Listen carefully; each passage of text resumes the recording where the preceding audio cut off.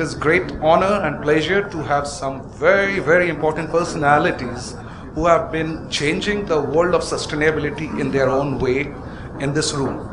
I don't think it is ever this many national sustainability standard movement leaders were there under one roof together.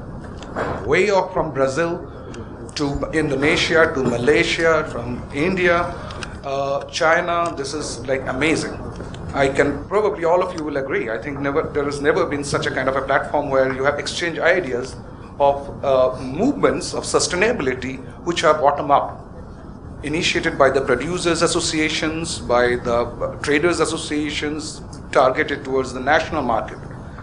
I am tempted to, I won't take too much of time because it is your session. I'm just a facilitator today. But I still feel I have to share a story with you, having been involved in at least 7 to 8 national sustainability standard development myself. You know, story goes back to year 2001 and 2002 when I was going to Netherlands. In KLM, I was offered a cup of coffee with a rainforest, UT certified seal on it. UT certified was the coffee seal for sustainability, and with a message that this, by consuming this particular cup of coffee, you are doing good for the farmers. I was quite astonished. You know, I was aware of fair trade and the fair trade seal and all, but I was not so much aware about UT certified at that time. And then it made me think that, you know, the countries like India, China, Indonesia, Malaysia, such huge countries, why are they not concerned about it? What stops us? And the popular thing I would hear would be, yeah, these markets are not ready. People are too poor. They are not ready to accept it. There are no business case. These issues, we don't understand it unless it is, these are you know, experts only who can suggest what is standard, how you implement. This was been the common frame, you know, all through last 7-8 years. Then things started changing. First, it was Dr. Liang and his initiative in China. I would say that was probably the world's one of the first sustainability movement called CSC 9000 in China, when it said that we want to have our own national sustainability standard for textile, and that was initiated. May I invite you, Dr. Liang, to come on stage and be here with us?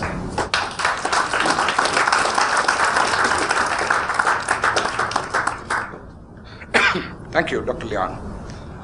While this was happening, Indonesia was not behind. We were working very closely with Indonesian government and partners and NGOs, working on and I believe that is the first Indonesian national sustainability standard for tea, called the Teh Lestari. And the one who pioneered it, Veronica, if you are around, Veronica? Yeah. Please, can you come to the stage, please?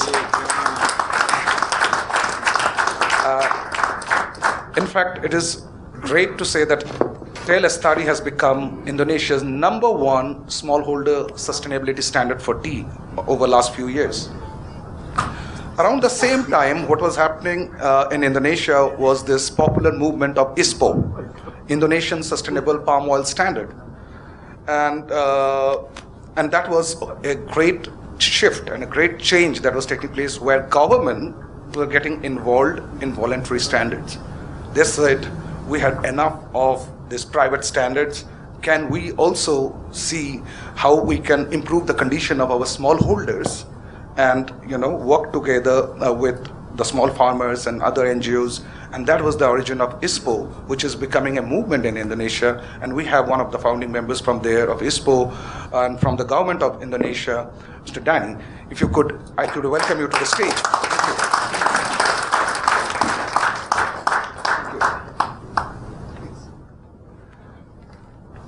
And the story would not be over if I don't talk about MSPO, which was also one of the major movement in Malaysia, very refined at a very high level, giving guidance to hundreds and thousands of smallholders in Malaysia,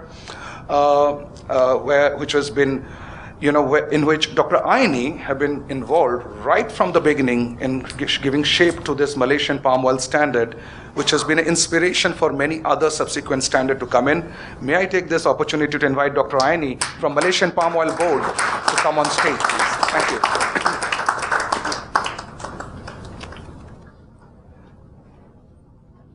Thank you, Dr. Aini. It's a great honor to have you with us. Please take a seat. Now, the guests we have from the farthest distance, all the way from Brazil, this was the two movements has inspired us a lot. The ABR movement in cotton and the Soja Plus movement in soya, where the producers took the initiative and told the world, we know what is sustainability is all about. We can develop our sustainability framework, and not only that, we can even implement it ourselves. They said, this is our thing. Sustainability is about producers, and we are the producers. So you may not know, Cindy and Harry, you guys have always inspired us here in Asia. It is a great honor to invite both of you on the stage, Harry and Cindy. Thank you for being with us. Please.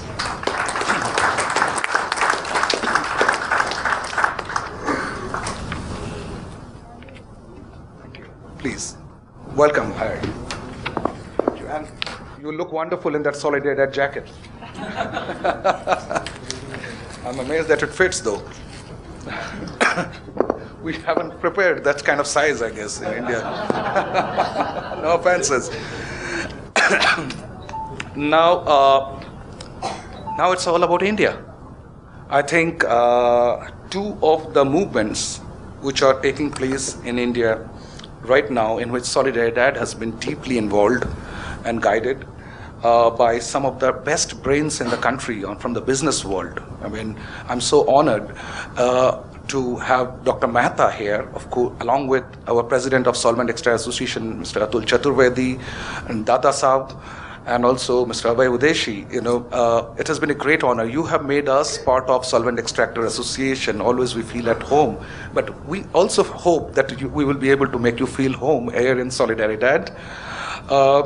Mr. Mehta has been a pioneer in this field of sustainability when it comes to vegetable oil industry.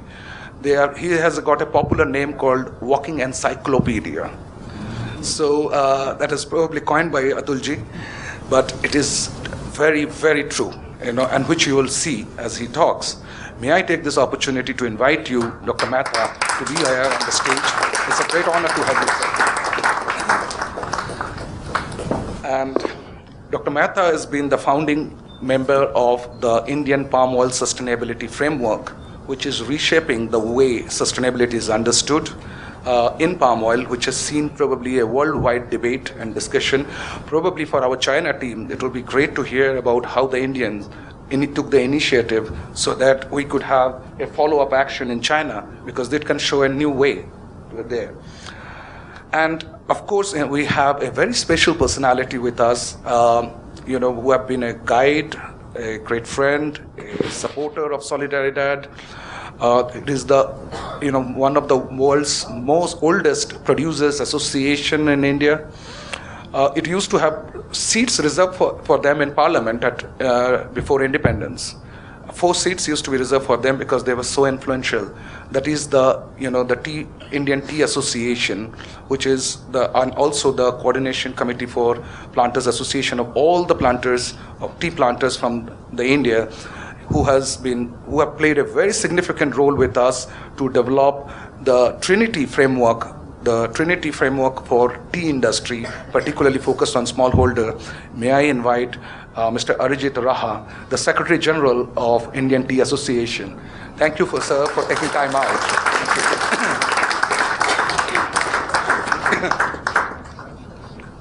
Thank you. Please be seated. Now, what we are going to discuss today in this presentation, primarily, I understand that all of you have a lot to say, and we have a lot to learn from all of you. It's again, this group here, this is very unique. I don't think there is any time, anywhere they have come together like this. Let us soak in whatever they say. But from our side, when we discussed with our team, they are very keen to know few things from all of you as practitioners, founders, pioneers in this field. And we always encounter these questions, like questions like, just give me a second, like, what about the motivation for you to develop this and be part of forming this national sustainability standard movement when there are a plethora of international standards? There are so many international standards. For every national standard, there are three or four international standards. What was the motivation? What was the reason that you had to develop the national sustainability movement? Secondly, interesting thing came out and always come out from our discussion is that these national sustainability standards are not just another international standard or replica. They are a movement in itself. And they are sort of a policy intervention to support the country's production base and also the country's industry base from the national perspective based on the local reality. Do you agree with that perspective, and do you see that there are some sense in this kind of perspective which is there in the group? Also, we would like to know from you that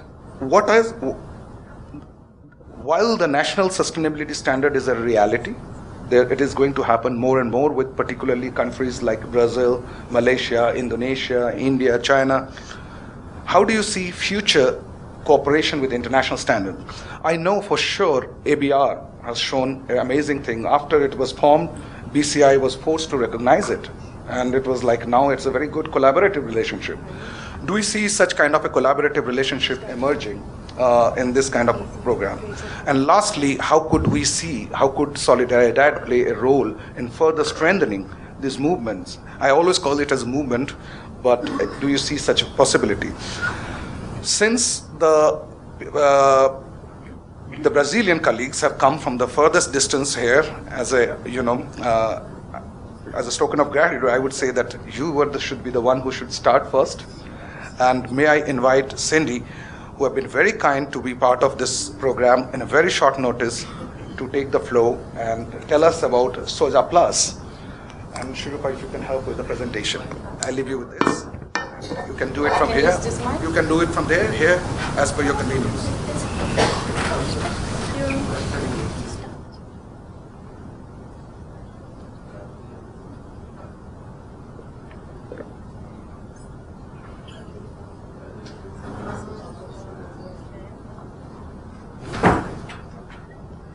So thank you very much, Shatadu, for this introduction and for inviting me. I'm very honored to be here today, representing my country, Brazil, and also representing what Biome and the members of the company that are members of Biome are doing in Brazil related to sustainability. So for me, it's a great pleasure to be here today. So let's go. I will talk about Soja Plus. Soja Plus. Soja Plus is a program. It's not a certification of soybean. So I will explain in the next presentation what is the main difference between certifications and Soja Plus program and why it's important for us to promote this type of programs in Brazil. So my name is Cindy. I'm from Biome. I'm sustainability coordinator.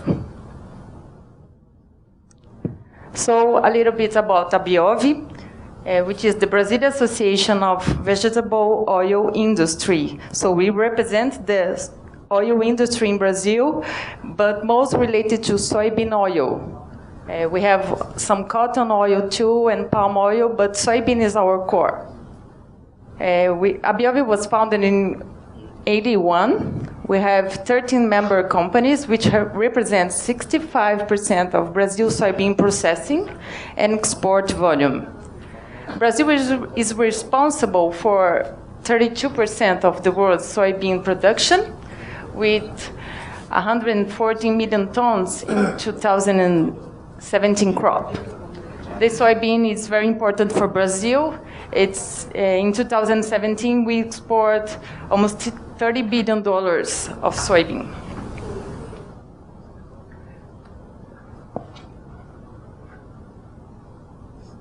Sorry.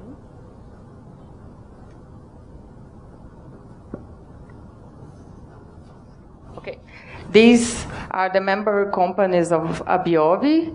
The most companies I think you already know, like Cargill, Bunge, Coffeeco International, ADM, Luz Dreyfus company. So it's important. They are important companies in Brazil.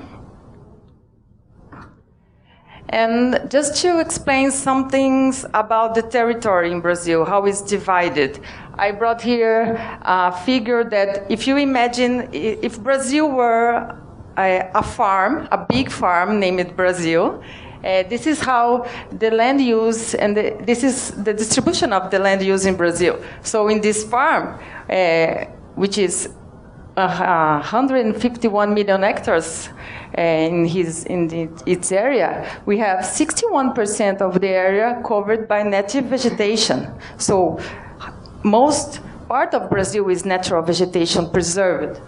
We also have 20% in this farm covered by pastures. I mean native pastures and planted areas too of pasture. We have only 8% of this area covered by crops. And we have 11% of urban areas and water bodies in our farms. So this is it's very illustrative how the land use in Brazil are occupied.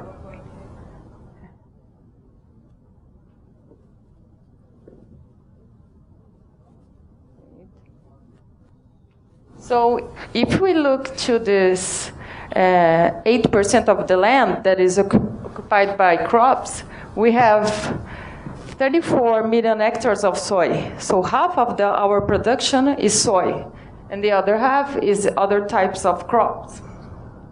And then these 140 million tons of soy are 55% of its production is grain exportation. And the other quantity, 45%, is for soy processing.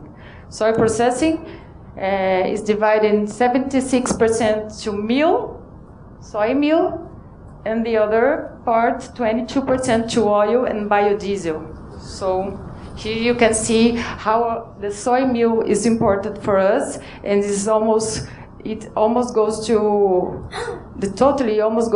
Europe, and the grains to China. Here, a little bit about Brazil territory. We have the biome map of Brazil. We have the Amazon biome, which is very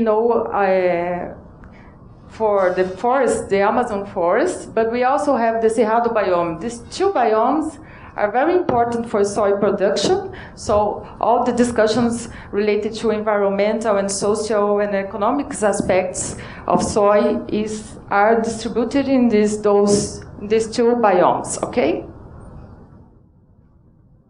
Some facts about Amazon biome. We have in Amazon biome only 4.8 million hectares of soybean.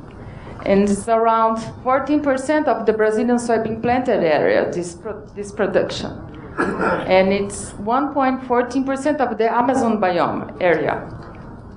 And also very important to know that 98% of the soybean expansion occurred in already cleared areas. We don't have soybean planted in new areas, new open areas. Soy is not a vector of deforestation in Amazon. This is a message that is very important for you to know.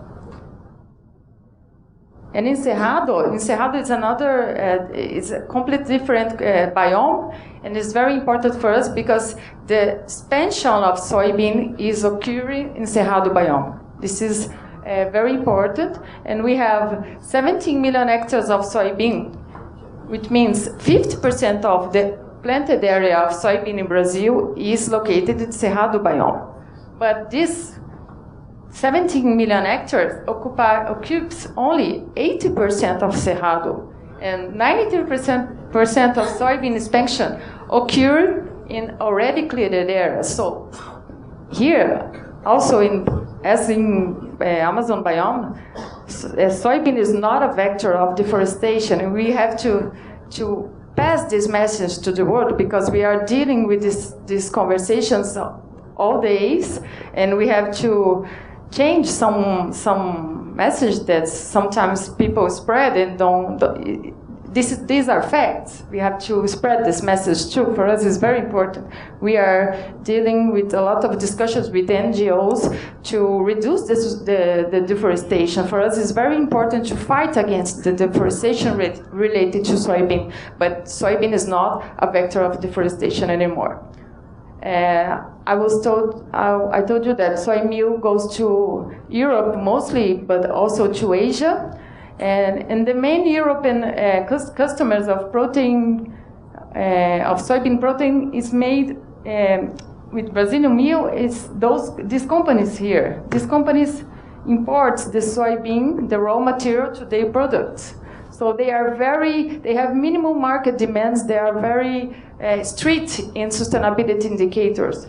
So the legal compliance that they demand from Brazil is related to labor and to environmental legislation. So this is why we create Soya Plus in 2011, to address those issues related to labor mostly, and then we input some environmental indicators to produce a very robust program. So we have Soya Plus to address those two classes of indicators, and also the Soy Moratorium, which is a program for Amazon Biome. I will not talk about Soya Moratorium, we will talk about Soya Plus, but just for you to understand how it was created in 2011, okay? So now, concerning the Soya Plus program, we have a mission that is to promote and foster continuous improvement in the rural properties taking part in the program, and to rectify the shortfall in Brazil's rural extension, supporting and orienting the producers with technical assistance in management. We also coordinate actions between agents in the production chain. And all the costs, all the actions are free of cost for the producers. This is very important too. This is one of the keys of success of this program. The producer don't have any cost to participate to the program. And then we start in 2011 looking to the top 10 biggest fines levied by the labor ministry. So we have these 10 fines that we were looking at in 2011, and we start to think how to develop a program to attend those issues and to help the producers to attend those, to address those issues. So we create Soya Plus at the beginning thinking about labor, but then we put the other indicators. We have today, Soya Plus is in 6 states of Brazil. You can see in the map where we are now. We are in Mato Grosso State, Mato Grosso do Sul, Bahia, Minas Gerais, Goiás, and Tocantins. We have a lot of partners in those states. Solidariedade is one of the partners, the oldest partners. Solidariedade and a Biome and a ProSoja too, which is the Association of Producers. They were together in Bahia State and made a lot of difference in that region with the Soya Plus program. Now, some numbers of this program. We have till now 2,085 farms in the states of those 6 states that I mentioned that received 2 technical visits at least, and the application of a checklist with 180 indicators.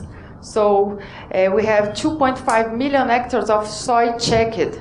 We are not, as I said, we are not a certification. We did not verify the farms, but we check twice a year each farm, and we deliver a report to those farmers to help them to monitor the indicators. We have 1.3 million tons of soy that passes through this program, and investments of $23 million reais, in fact, between 2011 and now, 2018. And how do we get those results, those great residues? Mostly because our communication and relationship with producers are very good. They open the farms for us because since it's not a certification, they have not the obligation to participate. So we help and we do a lot of assistance and technical courses to them. And since it's not an obligation, they open the farms, the gates of the farms for us. So we have the website, we have a lot of communications channels to communicate the program. And we have the ability to mobilize the producers. Since we are in different states, we made partnerships with the Producers Association in every state. They have the ability to mobilize those producers. It's very difficult to bring them to class because the first step of this program is to take classes to understand what is how does it work, the legislation of the labor legislation, the environmental legislation, the forest code. They have to take classes of it, and then after this stage of technical assistance, they will receive the supervisors at the field level. So they have to pass through this stage. It's very important for us. And at the field level, we have field supervisors in each state. We have here Mato Grosso with 10 field supervisors. Is the state there is the oldest state that enter the program. We have also 3 field supervisors in Mato Grosso do Sul. Those supervisors goes in each farm twice a year to the first visit to make the checklist, to check every one of the 180 indicators, and then after 6 months or 10 months, they go back there and check if there was a gain in some indicators or not. The farmers don't have the obligation to make the suggestions that we try to put them. But normally they do that because they know that it's something that will benefit their farms. So it's very for us it's very good to know that every report that we deliver has increasing in the indicators of Soil Plus program. We have also we promote field days in every state. We have, since now, 34 events with more than 4,000 producers and farm managers that pass through these field days. We have courses, as I said before. Here are the numbers of courses that we did in every year about health and safety at work and labor legislation, and also the forest code. The forest code was the new forest code was launched in 2012, so it's very important for them to understand the difference between the new forest code and the oldest one. We have also courses about safety in silos, because we have a lot of damages and deaths in this type of construction. We also have courses in environmental priorities about the management of residues at the property field, the regularization of environmental aspects. We have a book about it too. And every year we make an event to award those producers that had the best indicators, the best reach some target in terms of indicators. We also in a series of exhibitions in every state. And why does the rural producer join the Soil Plus? What is the motivation behind this huge success that Soil Plus today? As I said before, it's not a certification program, so the producer receives the orientation for the continuous improvement of its farm, with follow-up over the month, the year, to monitor his performance. The producer is not obligated to follow the recommendation, but it generally makes the improvement because he knows that it will be a benefit for the farm and for the families of the farmers. The producer can take part in Soya Plus at no cost at all. All the companies pay for the program. We have a series of partners who donate the money to the program, and also the companies of Biome take part of the money for the program. The producer can take part in Soya Plus at no cost, as I said, in getting technical assistance and materials, and he can make the improvements in line with his financial capabilities. If the producer wants to certification, and sometimes they do, he can participate in existing programs like RTRS, ISCC. There's a lot of, we know there's international standards. And here I think is the first answer of your question. They can do the certification after the Soya Plus, but normally they prefer to do Soya Plus because we have a lot of small farms in Brazil. We have 50% of our farms is still 10 hectares. Another 38% between 10 and 100 hectares. So we have 88% of the farms, of 5 million farms in Brazil, are small and medium producers. So for them, certification is very costly and is very difficult to comply. So they prefer some programs that are very customized for their reality, and after that, if they want to go to a certification process, they can go and then have, I think, maybe 90%. Harry told me that is most than 96% of compliance with the certification since they made the Soya Plus program. So we help the producer to achieve a level that it will be more easy to achieve the certification level, okay? We had, as I said, 180 sustainability indicators in 5 action lines. These are the lines that I mentioned: quality of life work, best production. Okay.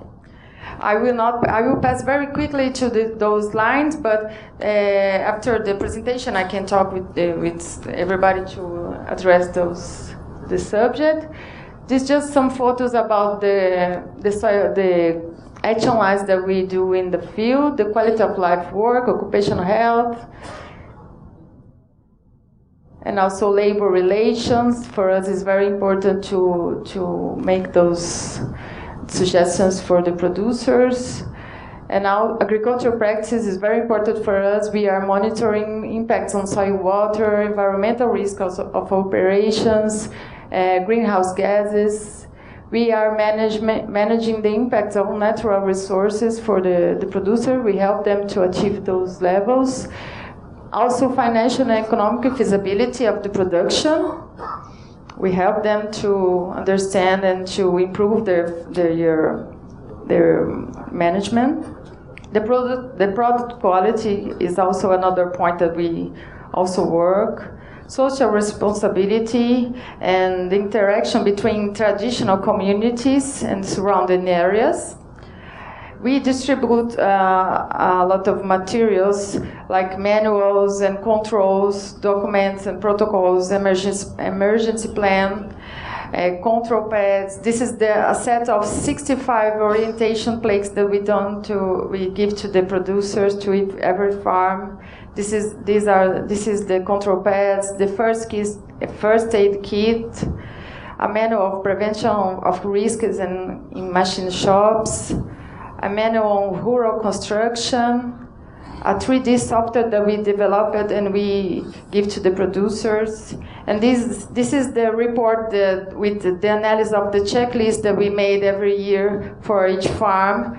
We give them the first report and the second one after the modifications that they made. And all the information is on the website soyaplus.com.br. We have soyaplusbahia.com.br also. and I thank you for the opportunity to talk about the program. I'm here to answer any question after the presentation. Okay? Thank you so much, very Cindy. much. It was excellent. Oh, I would like to give you a Soya Plus T-shirt for you and Gonzalo. Thank you. I feel a little privileged to have this T-shirt. Can I open it? Yes.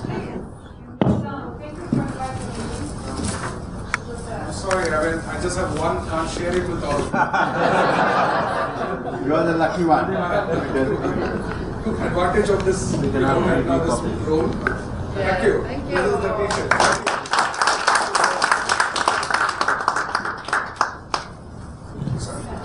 What does biome mean?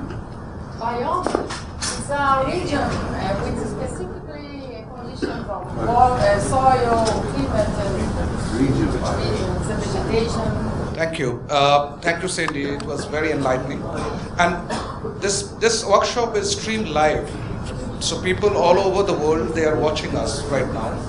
So it's not just this room. So I'm very helpful that, all what you speak today are heard by many more than just us.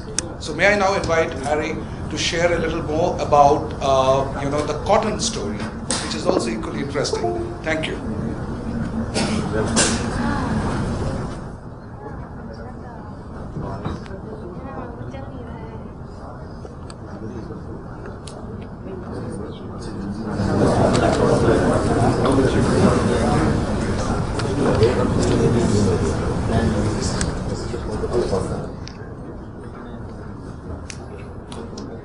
Okay, morning everybody. Do you hear me? I have to talk, and it's better to talk in a...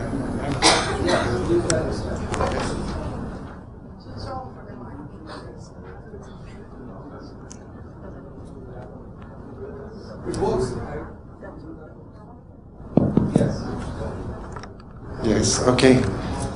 Good morning everybody. Good morning. I'm Harry from Solidariedade Brazil office, and one of my tasks there is to keep track of certification schemes and things like that, according to soy and also cotton.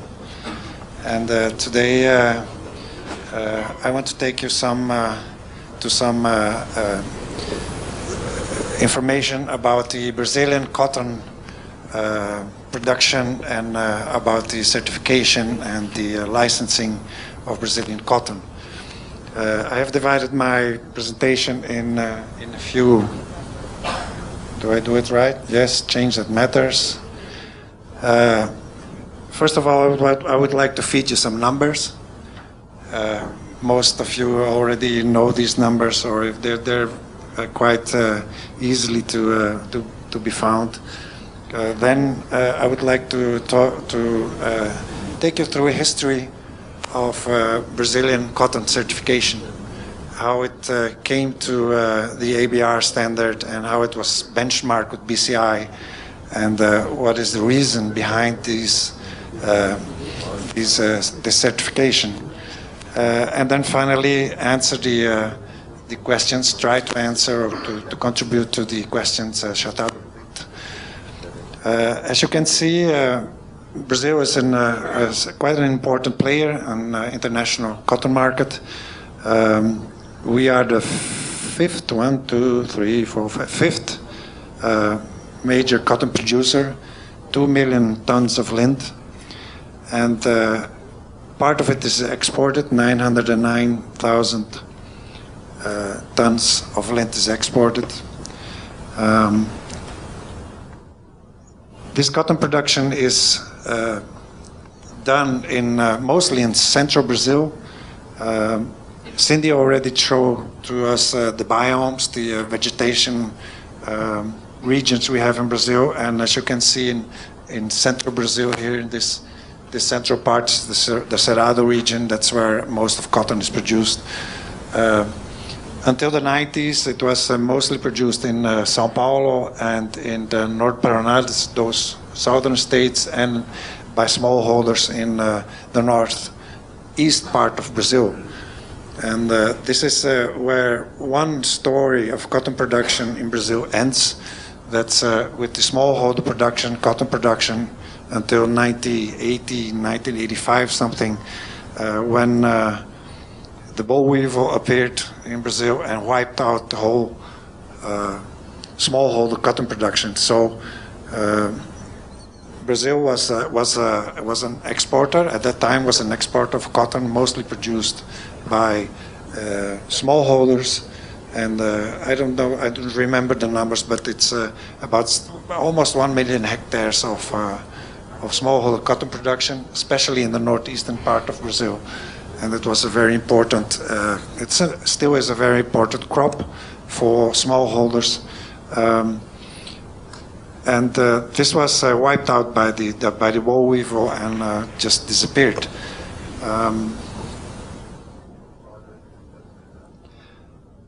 Then these are the export markets. We have the major export market is Indonesia, Turkey, and Vietnam, South Korea, and Bangladesh and China. So this is where most of the lint goes to from Brazil, the exports. This is also an interesting slide. It shows the composition of production systems in Brazil. We have, I think, 99% is large production produced by big farms and very, very high technology used, and that's almost 2 million. I didn't estimate of how much lint there's produced in each production system. So you can see that organic ecological cotton production systems is very low percentage of the national production. Irrigated production, cotton production in the semi-arid northeast region, that's the right-hand part of Brazil. It's also very, it's 10,000 tons. It's nothing. Smallholder dryland cotton production, northern part of Minas Gerais, southwestern part of Bahia. That's where our Solidaridad project is located. That's also 3,000 tons. It's not significant at all. Smallholder cotton production, south and southeast part of Brazil. That's the more traditional areas where cotton was produced until the 80s. Then high technology production system, southeast part of Brazil, also 0.2%, 4,000 tons of lint. And then the most of cotton is produced by a large farm and high technology, and it's really big business. For farmers, it's big business. So this is where it all comes to. And for smallholders, we are trying to get those golden times back from the 80s, where people had a very nice cash crop in cotton, and this is one of the objectives of the project we are doing now. This is more or less a infograph of the regions where this type of production occurs. You can see in the southern part is medium technology. Then where the tractors are is high technology. They use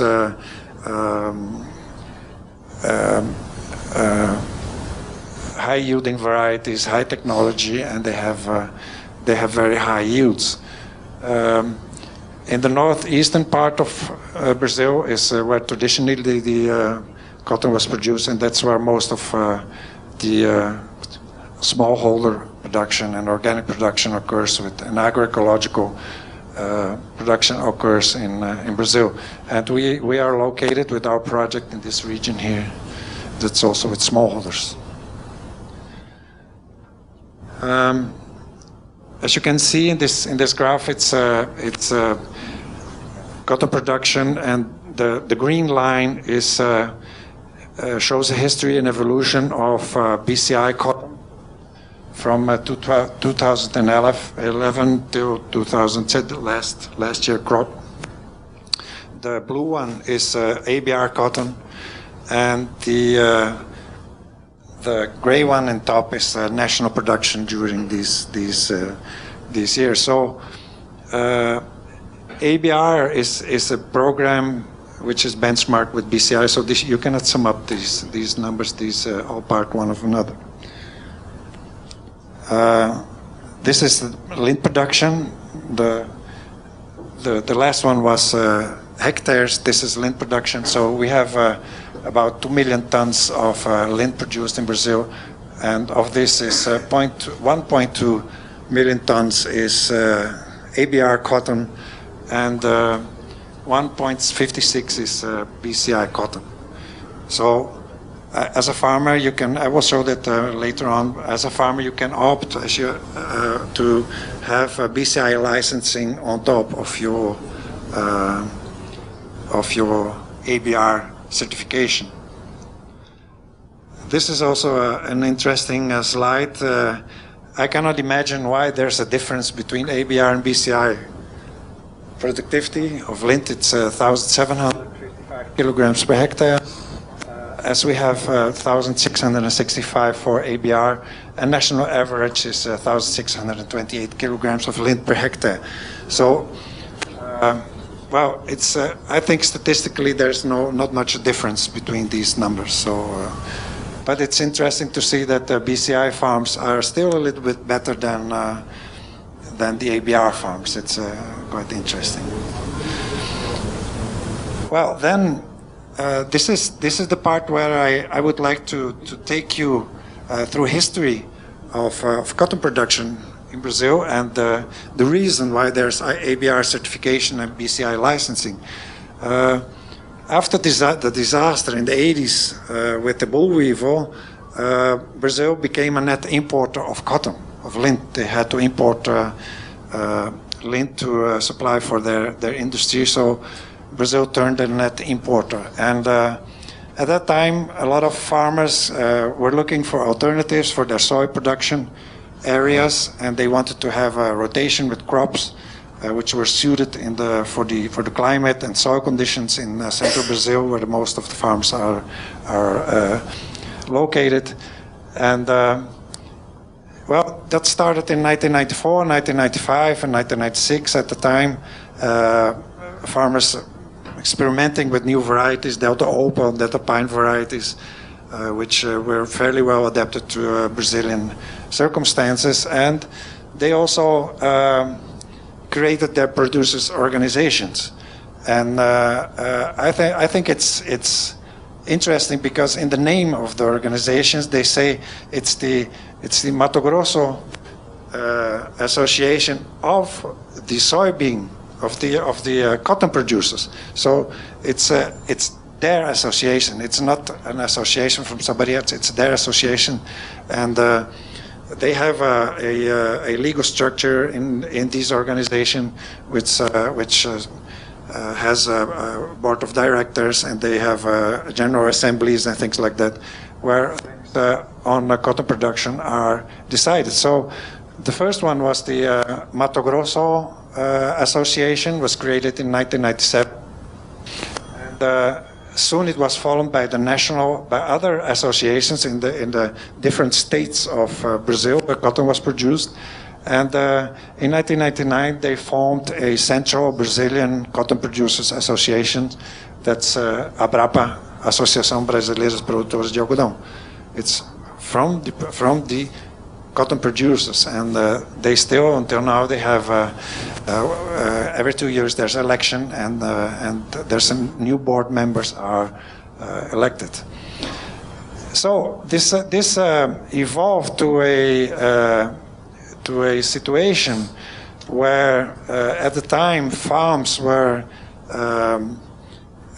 targeted by government officials who were especially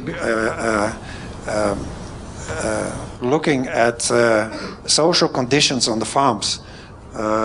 New labor legislation came into place, and a lot of farmers didn't know how to deal with that. And at the time, cotton was also very labor intensive. There were no genetic modified varieties yet, which we have now, and there had to be done a lot of hoeing in the fields to have the cotton crop clean. So they hired a lot of people, and 200, 300, 400 people were hired on the farms, and there were a lot of farms who had trouble with the compliance for the legislation. So at the time, there was people from Abrapa and AMPA created the Instituto Algodão Social, the Social Cotton Institute, which helped the farmers to be compliant to legal 5 minutes? Okay, I'll speed up. So there's a creation of Brazilian Social Institute to help the farmers to cope with the non-compliance, legal compliance issues which were pointed out by the new legislation. This is where it all comes from. It's we have a very strict labor and environmental regulatory norm that's on NR 31. I know it almost by head. It's 232 articles which you have to comply, and this is something which triggered the first seal of social conformity. So this Instituto Social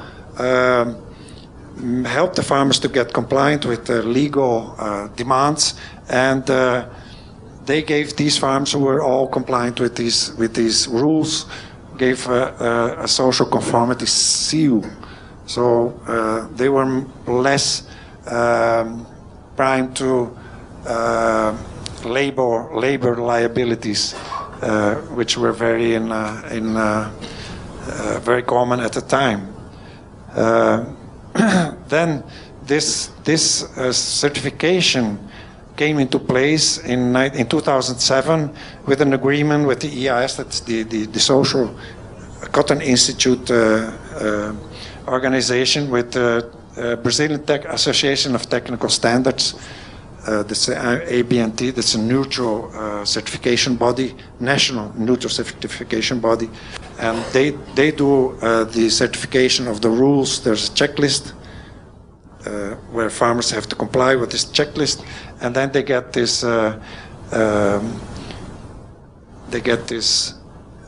audits from the this organization, that's the Brazilian Association of Technical Standards, and they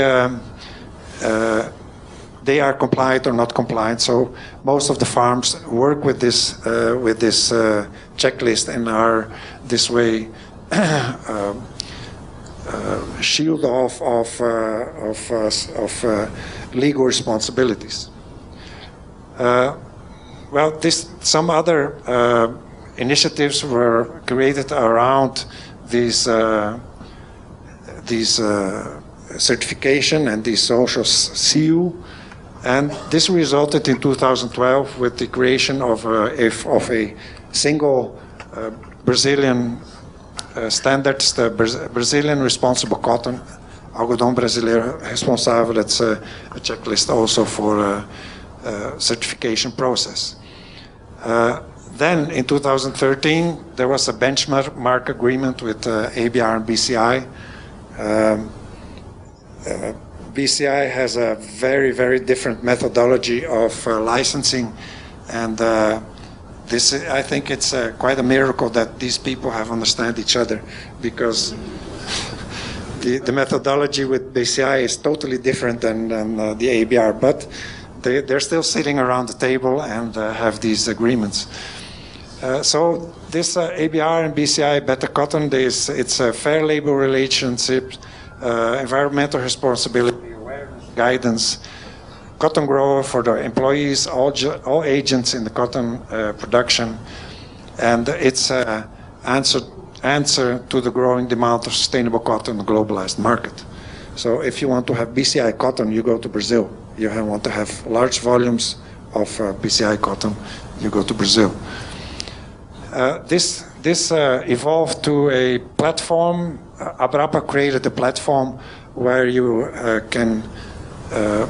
where producers feed in their bales. Bales come out of the gins with a barcode, and they can track these bales back to the farm, and even at the fields where these bales were produced, they can track them. They can track them back. So all the information is on this platform. You, as a buyer in Liverpool or in Bangladesh or in China, you can sit there at your computer and just push for, I want bales. I want to have bales with this and this quality. An important part is the quality analysis. All bales have a quality analysis of agave and a visual quality. So you have, as a buyer, you have a total information on what are you buying, and it's also the role of Abrapa to have all the machines which do the agave analysis all over Brazil. They have a very sophisticated laboratory where they check all the results of these machines. So there's a very transparent and a very reliable generation of data on lint production. So then, addressing the needs of local farm. What is the reason? The Brazilian legislation is very demanding. Labor and environmental issues. Compliance is difficult to us, purpose different international certification schemes. So this is why they want to have the national standard. This is tailor-made to the so many thousand rules and obligations of Brazilian legislation on social matters and on labor matters and on environmental matters. And this is why they prefer the national standard above other standard. And I would add to that for large farms, BCI methodology of licensing is not viable. So this is why they prefer the then, as you can see, the evolution of ABR certification.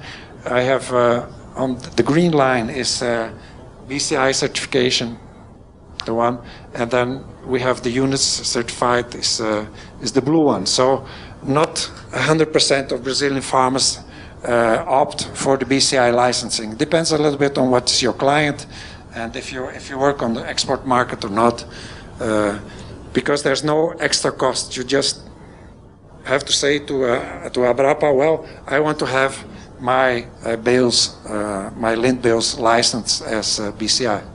So this is the different production in Maranhão, for example. This is a very high, but it's one farm. It's a SLC farm, so they have this high percentage. How do they expect that the international community should recognize the national standard? Well, it has been done already by BCI and our ABR. They entered into an agreement. BCI is, I know I have to get out here, huh? Sorry, I'm really sorry. One more minute. Okay. So there's an agreement between BCI and ABR on this, based on this all these inputs here. And we, as Solidaridad, I'm quite proud of it. We asked Abrapa last year in 2016 if they could adjust ABR standard to be used by smallholders. So this is quite a difficult task now, because and then we're getting back now to well, for smallholders we should do BCI licensing. So people from Abrapa and BCI have to decide how that will be done, and that's the issue now in Brazil for smallholders. What role they expect from international CSOs like Solidaridad? Well, I have to confess that Brazilians, and especially Brazilian cotton producers, see this licensing and certification as a commercial barrier. They definitely say, why do I have to have BCI licensing or ABR licensing to sell my cotton to CNA, for example, or to Adidas or why do I have to have that, and why do American farmers don't? So they see it definitely as a commercial barrier. And that's why also we as CSO, we have a certain difficulty to get into their day-to-day life to help them to, for example, solve this smallholder BCI licensing issue. So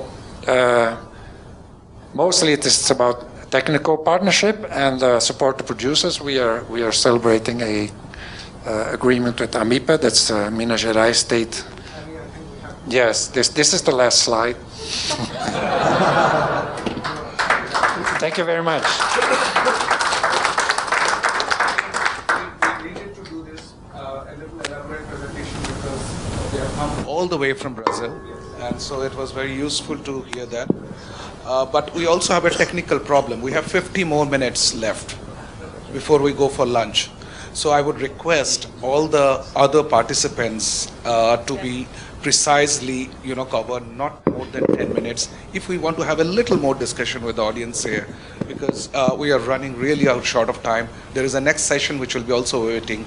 So, of course, what I will also do, because there will not be too much of interaction, I already sense it. If you have all downloaded the app, because this session is live, we will request our IT team to facilitate that any questions comes from this presentation could be placed to you through the app, so that if you can respond to them at your convenience.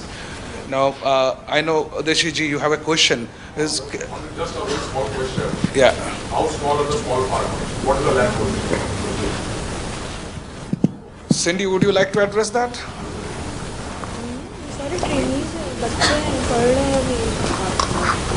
And while Cindy does that, may I? We have in Brazil, as I said, for 0 to 10 hectares is small holders, 10 for 100 is medium, and more than 100 is. Thank you. We have also the 1,000 hectares. It's very huge producers. Thank you. May I now invite Dr. Liang to share with us about CSC 9000. You can have the presentation. I know about Chinese precision, so I'm sure you will stick to this 10 minutes now. Thank you.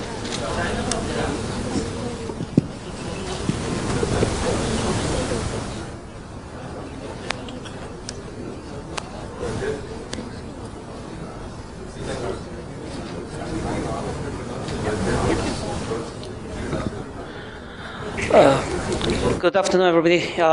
I will be brief, and this is the only slide that which you will see. It's all in English, and starting from next page, you will only see titles in English. Yeah. But I'll make my point very clearly. And first, I would like to say that the question raised by Shataju are very, very good questions about national standards. These are also the very fundamental questions when we, develop our own standards and really put them into practice. So I hope that in the process of presentation, I can also answer some of the questions or part of the questions. And I think the most important reason for us to develop CSC 9000T was the driver of the the international supply chain back in 2000. So first about our organizations, China National Textile and Apparel Council. We were actually part of the government before 2000.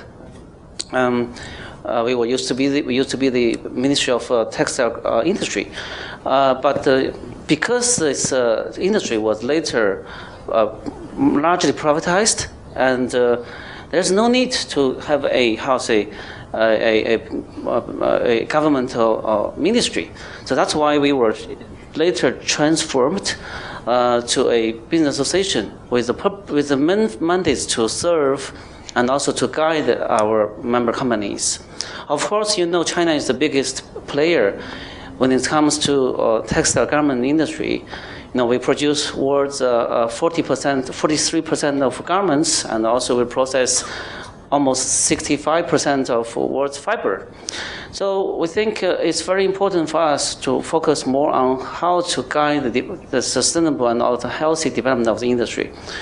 But the first push, I think, of national standards really came from the international supply chain, because the buyers started to, audit our companies back in 1990s, and many members were calling for a unified standards, or a standards as a basis, as a foundation for their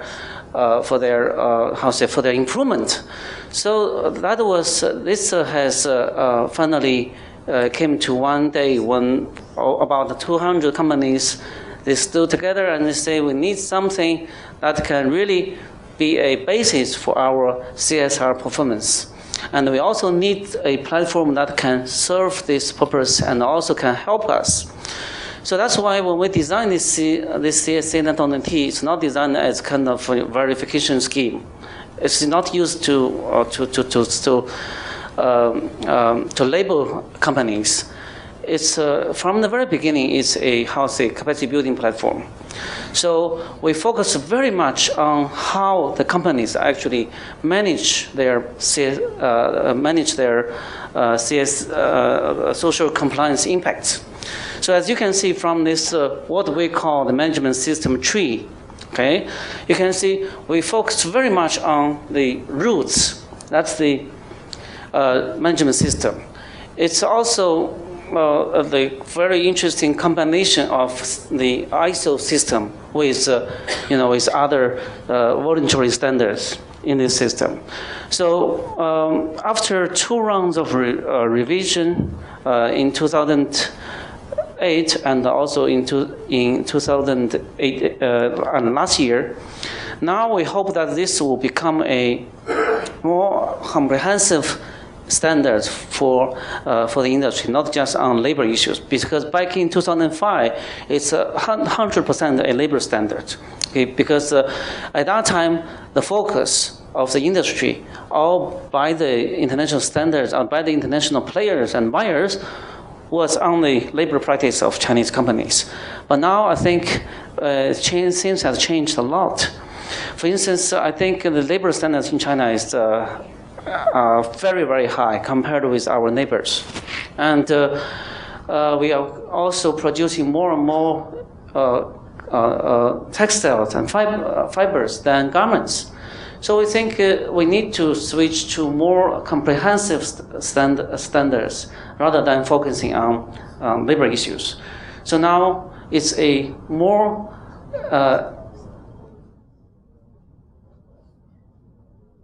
ISO 26000-like standards combined with ISO 14000 and ISO 9000 or 45000 management system. So when we actually evaluate our companies, we put almost 60% of our focus on how good the management system is, only less than 40% on their real performances. Because we found that more and more the challenges are getting more, concentrated. For instance, in the labor dimension, I think the biggest challenges for now for Chinese companies are about working hours and OT pay. So we have already passed this stage of how sweatshops in a way, because it's even very difficult now to find workers. Even China is the biggest country with the biggest population. So 15 years ago, when we started this, the main issues were about labor issues. So we saw many interesting, recruitment advertisement with very clear discrimination. But lately, this year I went to one of the factories. They started a new recruitment scheme, and with only one requirement for the participants or for the candidates. In Chinese, it's 5 characters. 能干活就行, as long as you can work. So that's the only standard. So you can see now the real challenge for now is really to look at how we can,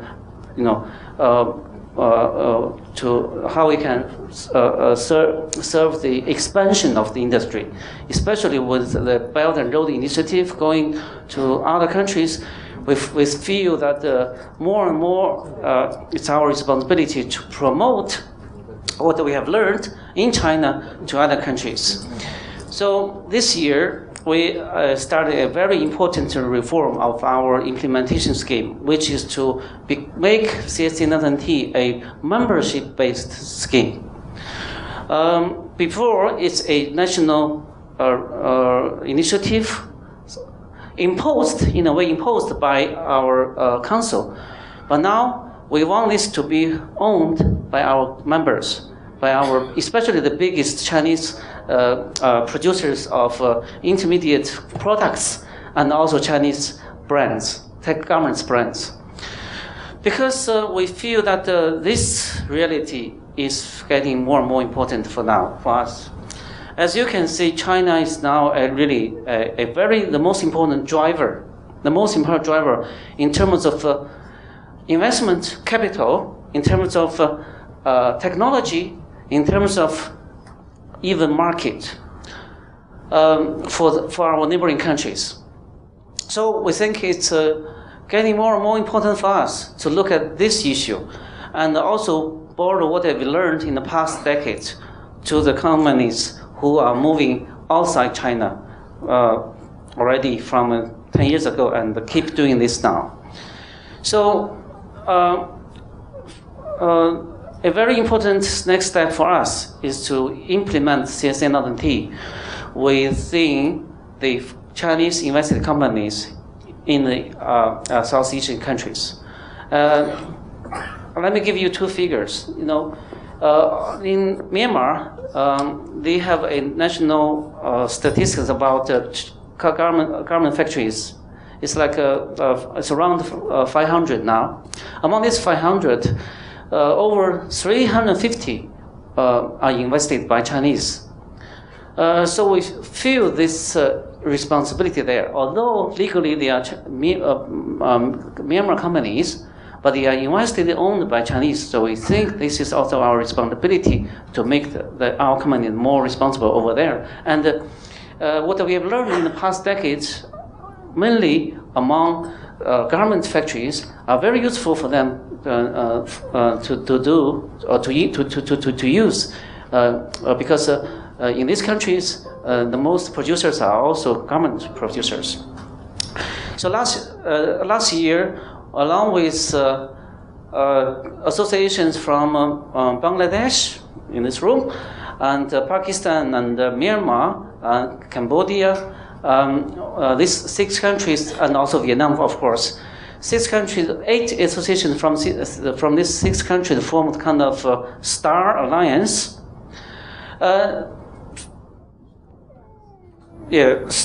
Star Alliance, which is a sustainable textile of the Asian region, because we think the most important intermediate organization would be the associations. So we formed this network with 2 very important missions. One is to learn from each other, and secondly, we also hope that in the future, this network can actually produce some kind of common standard for everybody. This is only the early stage, but we also got very good support from all these associations in implementing CSN in the Chinese investment company in these regions. So this will be the next very important step for us. So let me conclude with also a very good question raised by Shadachu, which is how shall we really collaborate and also in a way compete with these international standards? I would like to show what we have got here. It's a very important and interesting initiative between us and also seven other standards. We think it's not realistic and it's not a good way, to demolish others in China. Okay, it's really important. The most important thing is the buyers, the brands, and also the suppliers. They think there are many of you presenting us different things. Okay, if you can solve this problem, I think the supplier will still be happy to receive everybody. So we formed this MAC, Multi-Stakeholder Advisory Committee for Standards Unification in China. We started this from 5 years ago. So the role or the function of this MAC is to unify rules on the ground, so that every standards can present the same requirements to every supplier in China. So that will actually reduce the duplication on the ground and also establish a more unified and also collective image to the industry. So I think the international standards really they have a lot that we can learn, but for the international standards they also need to really learn the local context and learn to work with local standards. So I think I hope this can answer the questions, and I also hope this will also be the future vision for all the standards. Thank you very much. Thank you, Dr. Liang. This is very fascinating, particularly your MAC concept. I'm sure we will get some time over lunch to understand how this MAC is working, and mostly for sticking to this 10 minutes rule. Thank you very much. Now, may I invite Dr. Aini from Malaysia Palm Oil Board to share with us a little bit more about MSPO. Thank you. And I would kindly request you if you could complete it within 10 minutes. Thanks. Palm oil is going to sustainability. So I won't go through all this because of time constraint. So basically, why is it that we have to do sustainability? Okay, so because one, to increase yield without expanding on land, minimizing GHG, conserving forests and biodiversity, sustainability certification, and no exploitation. These are the things that we've been accused of, but I will go through the issue later.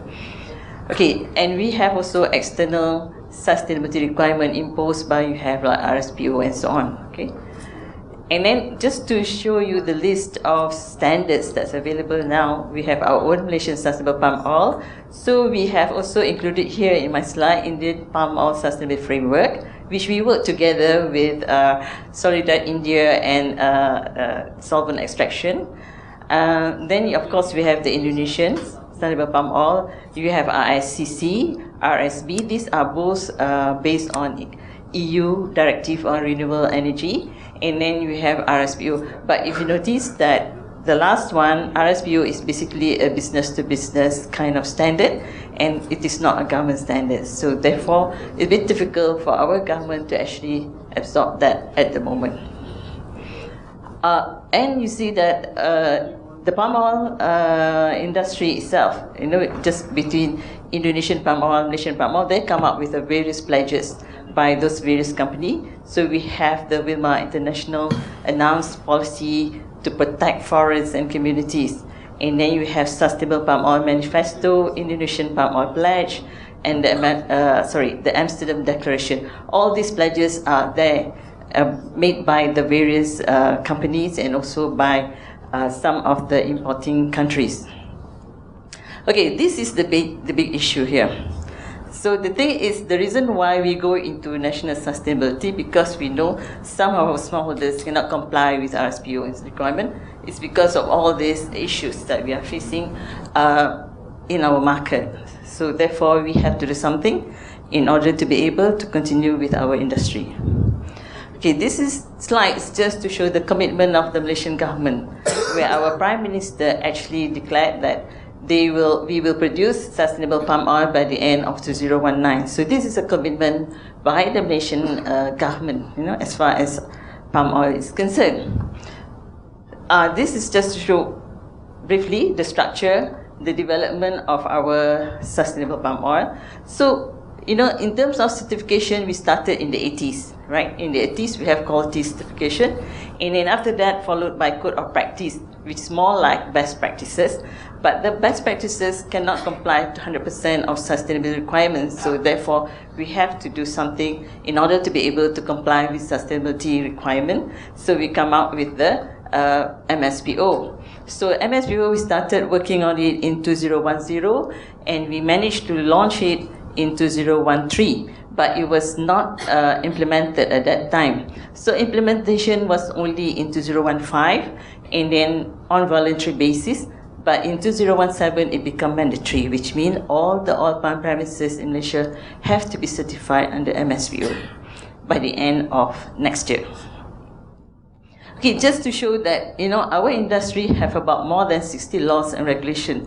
So it is from A to Z. From the moment you apply to do a palm oil business, you have to follow all the laws and the license requirement until you export. So these are whole supply chain of laws and regulations. And then beside the laws and regulations of the country, we also have licensing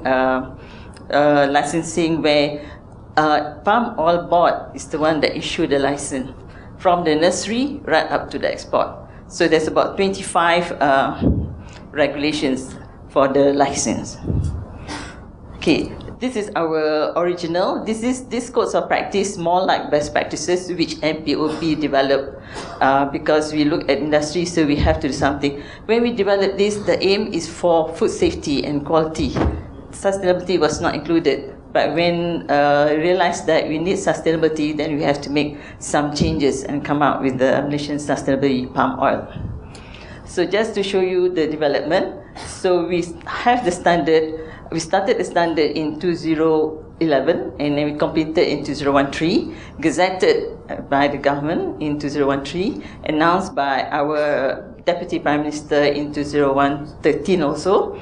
And then we have to make sure that it is reflective of United Nations Sustainable Development Goals, because otherwise, with the aim of eradication of poverty and promoting inclusive society. And then, as far as implementation is concerned, it was only announced in January 2015, and then mandatory implementation is 2017. Last year, our minister made the announcement that we have to have sustainable palm oil by the end of next year.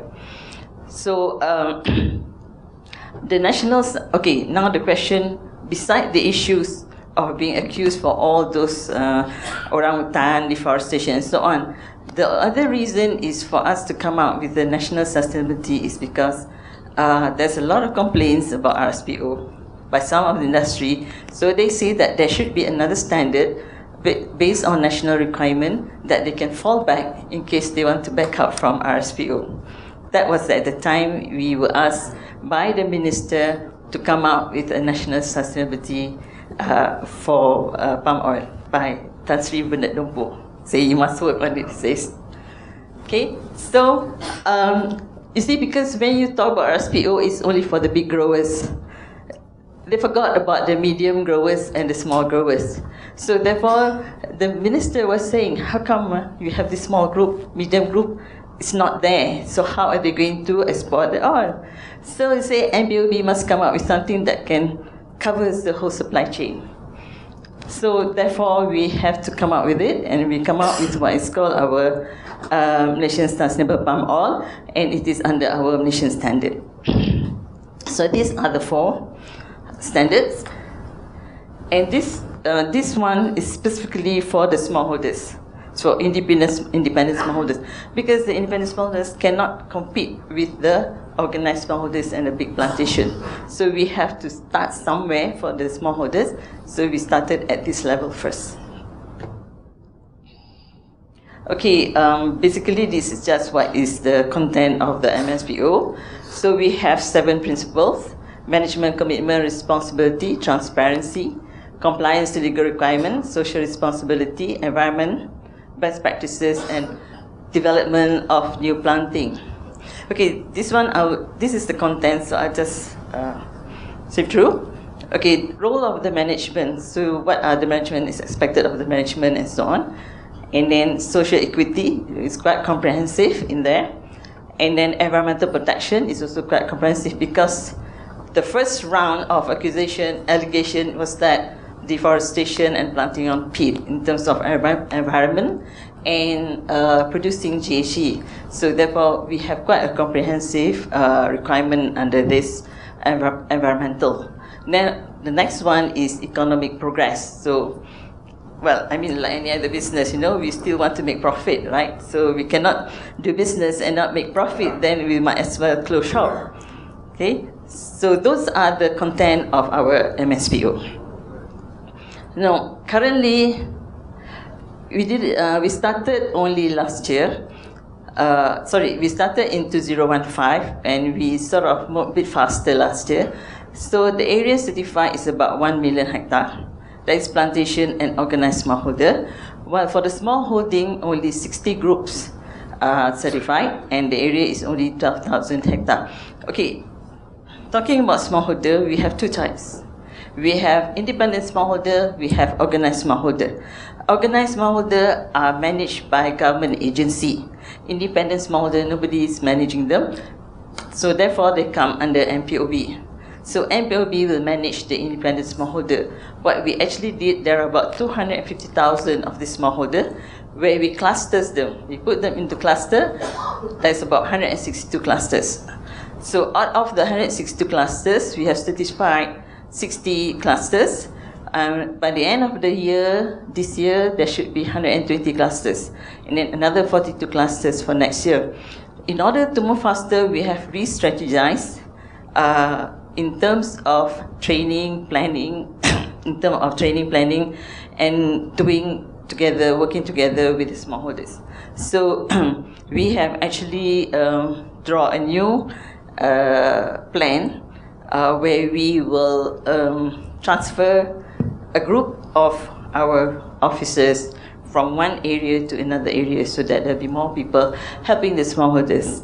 Otherwise, we have one officer managing 2,000 smallholders with 8,000 hectare because our smallholders, each smallholder only have about 4 hectare. Okay, so we cannot have someone doing something for 2,000 people. So we have plan our working staff such that we can cover more. Okay, we also engage with some NGOs. To tell the truth, when we developed the MSPO, we don't have any NGOs there because we know if we have NGOs, we will never get our national standard by the end of 2013. There will be a lot of argument, and we know that the industry will never agree with the NGOs. The NGOs will never agree with the industry. Therefore, there will be a long delay, and we don't want that to happen. So we want something. So what we did, we looked at ISCC and some of the national standard for RSPO. We see how these two combine so that it can fit with what we want. Okay, so only after we've done the standard, then we only work with the NGOs. Okay? So we work with the Malaysian Nature Society and then Solidarity, Tropical Rainforest Conservation and Research Center, and also Wild Asia. Wild Asia is actually here, is a manager for the independent smallholder from MSPO certification. They also do for RSPO. Okay, just to a bit about what we do with Solidarity. Yeah, this is our program. The objective is to address sustainability in the palm oil industry. So what actually we do is to come out with a kind of questionnaire, develop it into a kind of tool, which we will be using to do a survey for all the smallholders in each of the clusters. Okay. Okay, this one is just agreement. Okay, just to show you, there are 3 areas. We are working with Solidarity in 3 areas: Batu Pahat, Johor, Hilir Perak, and Serian. So these are 3 areas, and there are about 2003. That's about 6,000 smallholders. So we are working together on 6,000 smallholders, and we have started already in 2 areas, and then we will continue with the rest of it. Hopefully by the end of next year. So all these 3 groups, our clusters, will be certified. This is the tools that's developed by Solidaridad in India, and based on the questionnaires and the answers we compiled when we were working with the smallholders. Okay, this is just some of the advisory and essential services for the smallholder. Because in MPOB, there is one division specifically for smallholders. So this division takes care of the smallholders, and then from the whatever assistance that we want to give to smallholders is taken care by this division. So we give a lot of technical advice on best practices and everything.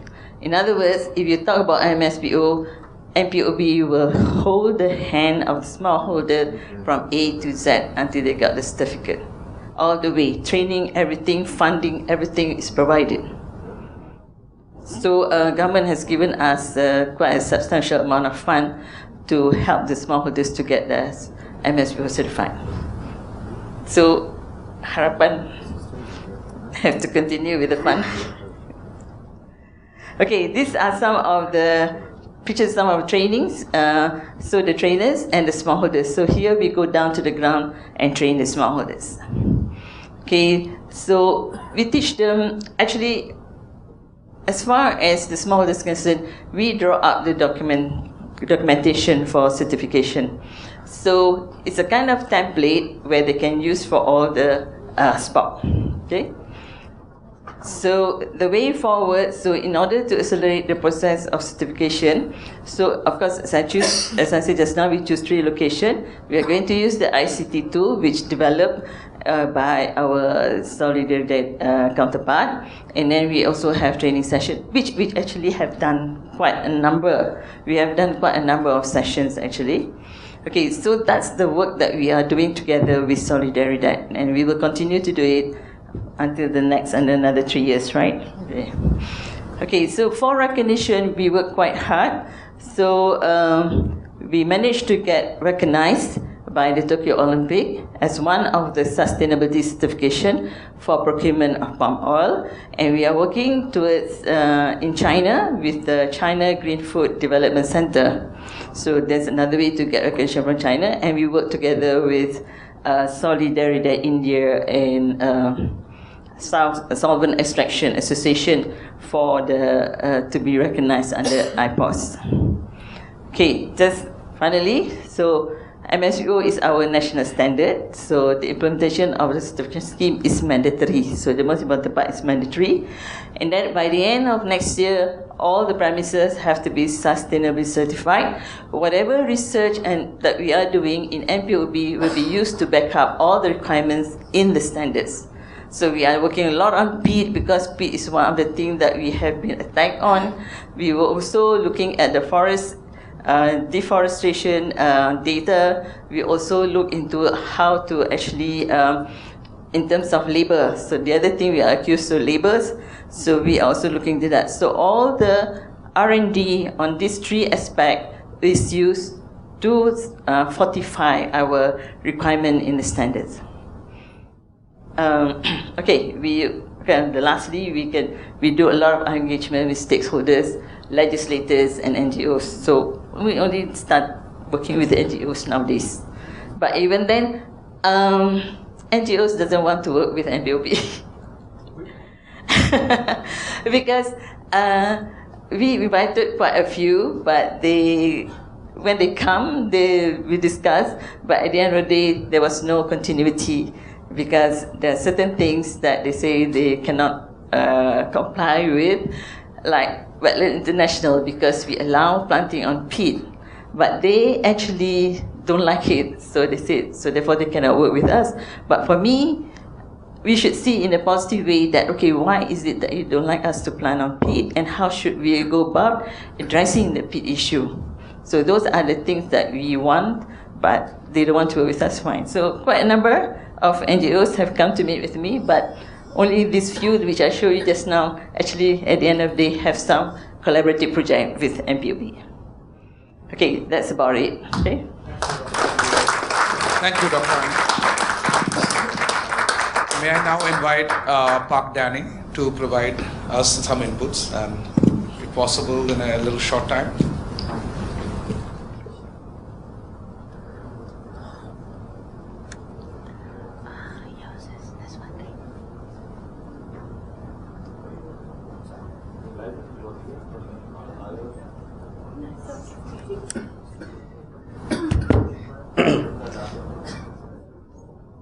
Good morning, everybody.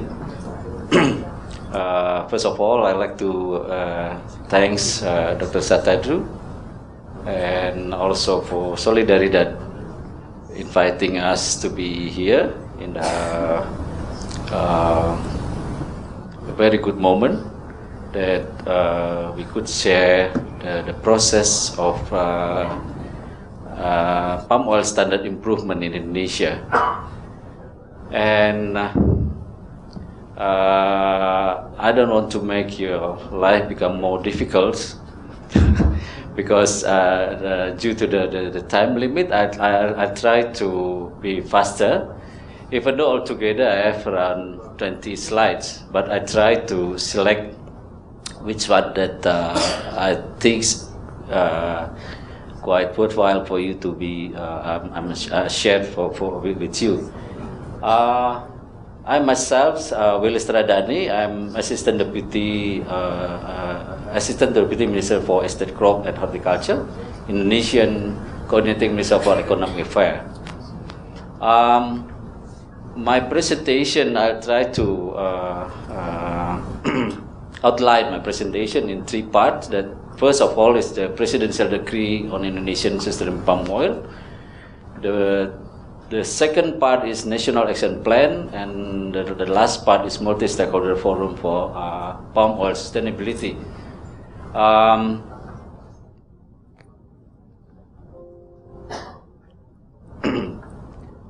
I would like to start with the Presidential Decree on Indonesian Sustainable Palm Oil because at the moment we are in the process of improving our palm oil standard system. Because the current one is regulated by the ministry decree, and then we are going to upgrade into the presidential decree. That's again, this is because because of the sustainability that we want to achieve. In here that I think you can. Oh, sorry. You can read from the screen that there are four objectives that we want to obtain by strengthening our Indonesian sustainable palm oil standard. The first one is to ensure and improve palm oil and management system. The second one to provide contribution to the improvement of environmental quality, economic and social. The third one is to increase palm oil product acceptance level and competitiveness in both domestic and international market.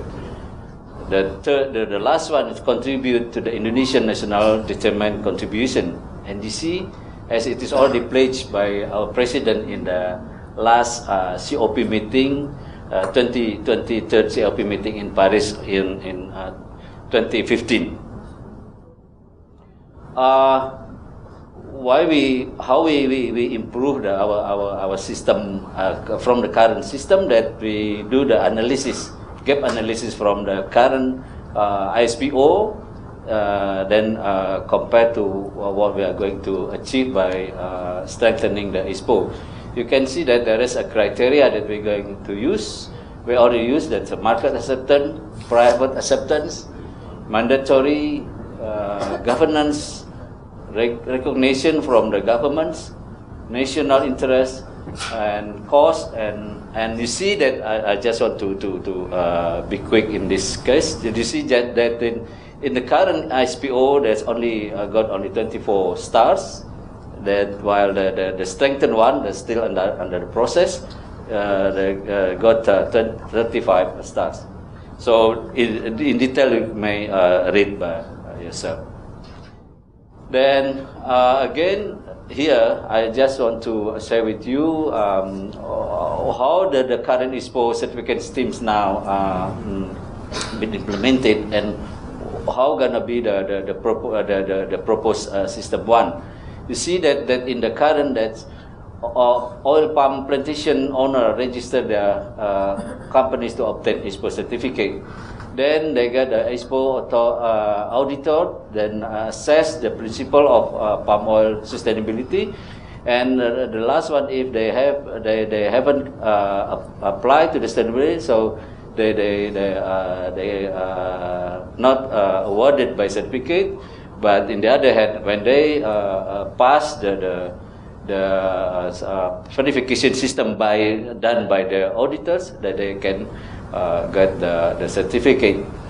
But in the new proposed system, first of all, we're doing the registration. All the companies, the growers, and all the actors in palm oil, they have to be registered to obtain export certificate. Then the assessment been done to all of them. Then as you see that in the graph, the red one is the one that's still the process of need major improvement, while the yellow one is need capacity building. And at the end of the day, they all gonna be get the certification, or they pass the certification process. This is the long-term plan that we have to in implementation the ISPO system. Of course, the new system. In 2019, we do the self-proclaim. Also, they have to. That's a part of registration. All the actors in palm oil, including smaller farmers, private company, and also state-owned companies. Then we expect by 2020, there's ISPO become acknowledged a single certificate system. Then in the next year, 2021, 60% of all national palm oil plantations are listed to receive ISPO. They're still in the list. Then in 2023, all national palm oil plantations are listed to receive ISPO. Then in 2024, 60% of all national palm oil plantations are ISPO certified. There's still 60%. Then the last one, we expect by 2025, all the actors in palm oil, they already got ISPO certification. This is the principal criteria we already have. The current one, we only have 7, but the new one, we add one more principle, that's it, supply chain traceability. You see from the 8 principle, start from farming business legality, there's already economic, social aspect embedded in that principle. The second one, farming management, there's economic and environment factors. The protection and utilization of primary forest and peatland, there's more concern on environments. And the fourth one, environmental management and monitoring, there's more to environment, more or less similar like the third principle. The fifth principle is responsibility to labor. This is the social and economic factors become an outstanding issues. The sixth one, social responsibility and empowering community economy. This is social and economic. The seventh one is improvement business sustainability. This, of course, is about economic. The last one, or the new principle that we put in that principal criteria, that supply chain traceability.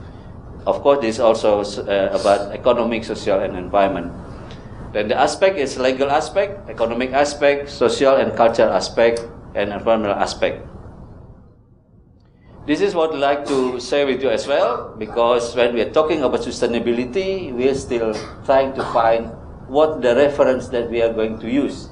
Because right now, everybody they have their own definition of sustainability.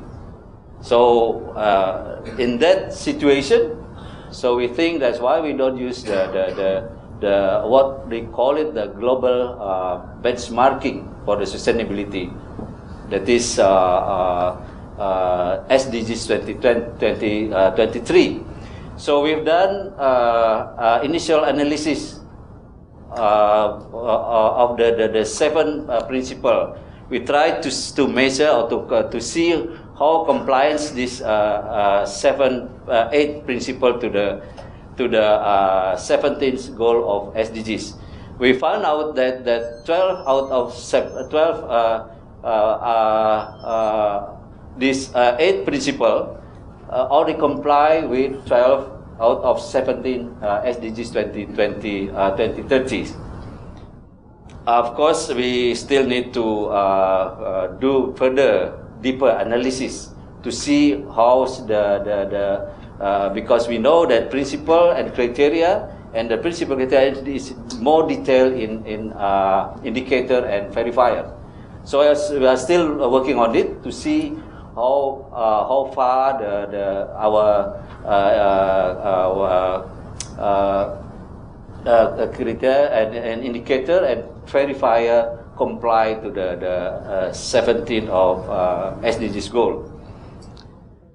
This is the content of the President's Decree. As I mentioned earlier, that we are now in the process of upgrading the regulation on the ISPO from the Minister of Agriculture Decree, then we upgrade it into President's Decree. That this is the, thank you. This is the general content of the President's Decree. Now the second part is about National Action Plan. So in order to implement the President's Decree later on, when it's already signed by the President, we already create or develop the so-called National Action Plan for Sustainability of Palm Oil. This is the bit detail. Due to time constraint, I try to.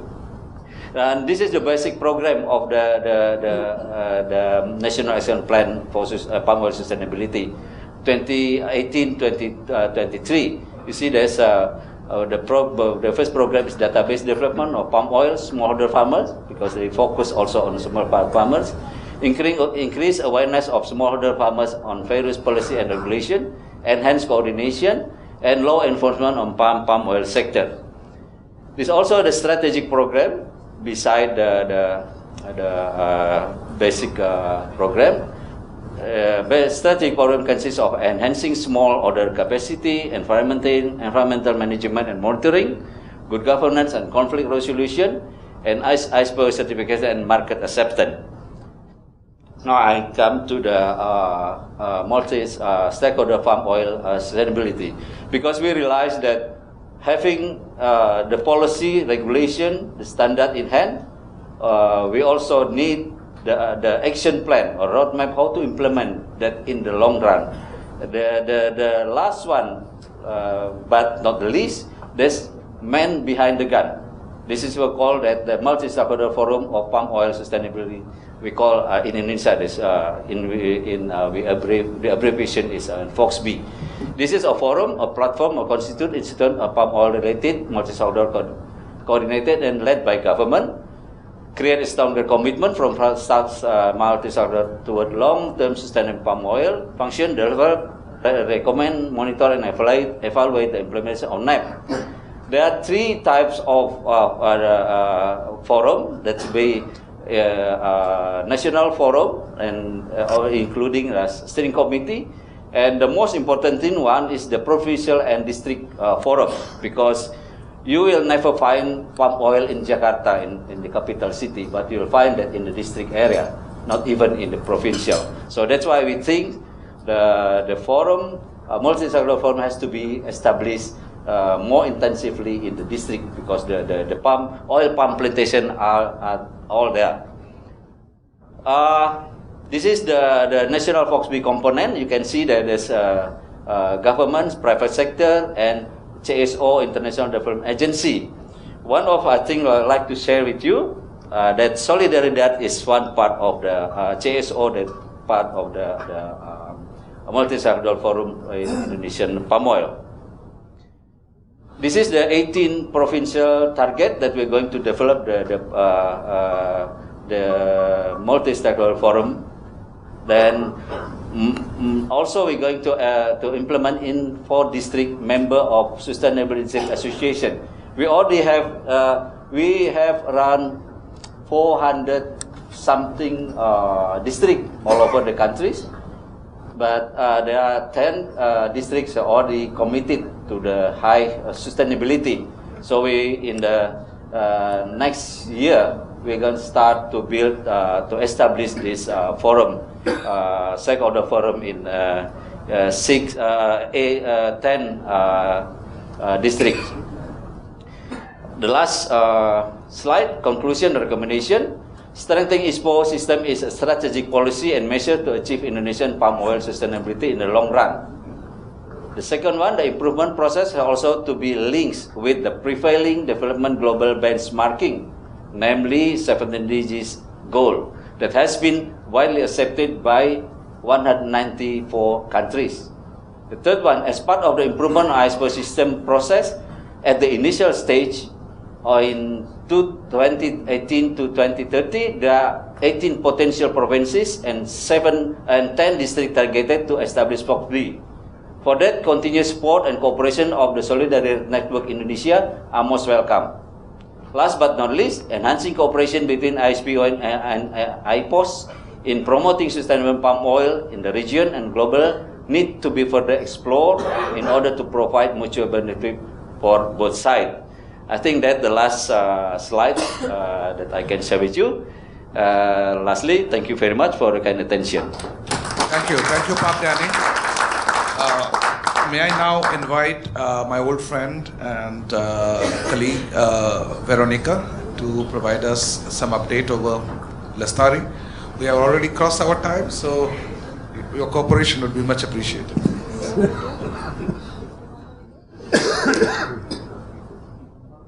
Let's enjoy the film.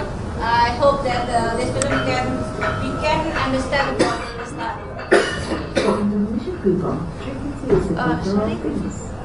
Can Sorry. you enjoy the audio? I don't know what happened. I did it. I don't know what happened. Sorry.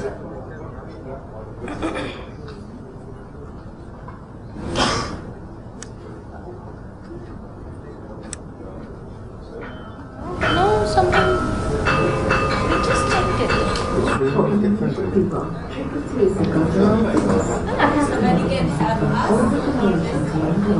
Checked it. No, it's nothing. It is there. It is there, but you can't see it. It's there, but you can't see it.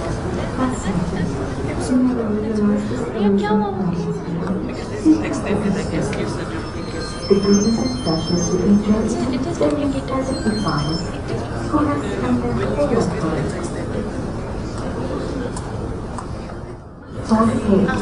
The price of the tea has been steadily declining. The price of the pack of tea is now being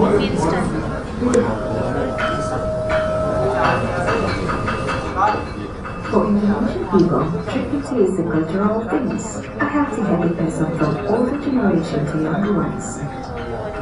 We serve tea for our guests because we believe it's a special thing to respect them. Yes, for Indonesian, tea is a part of our daily life. Couldn't imagine how the day goes by without it.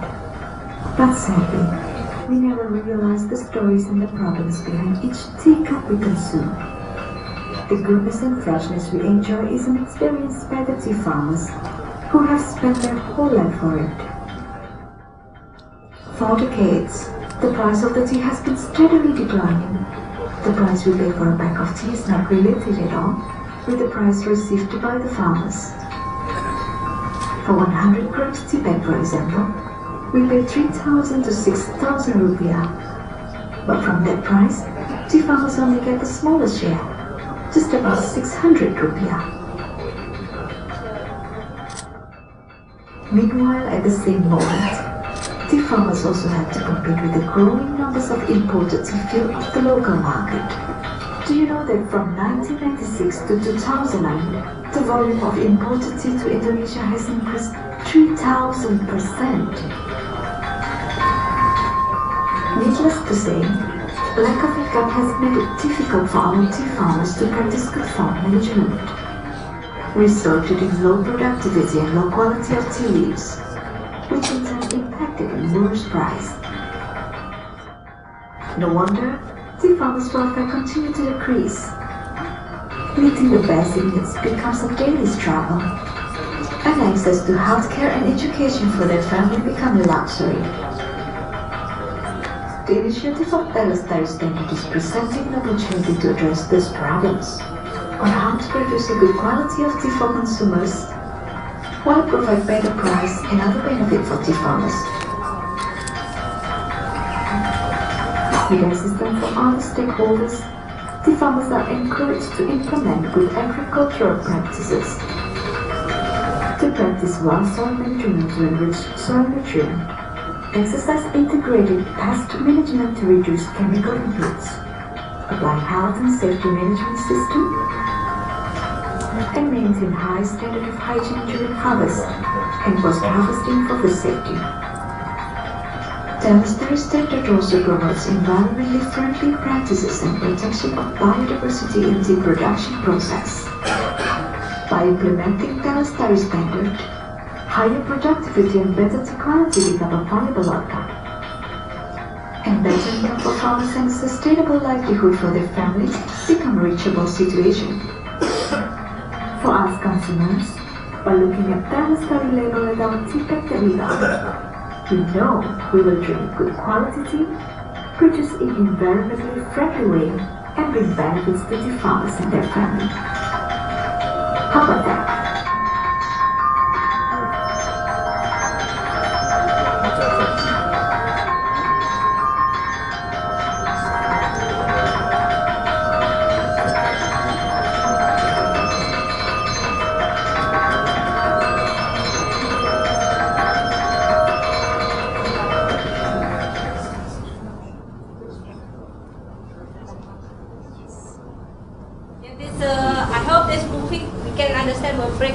The background of why there is a study in Indonesia.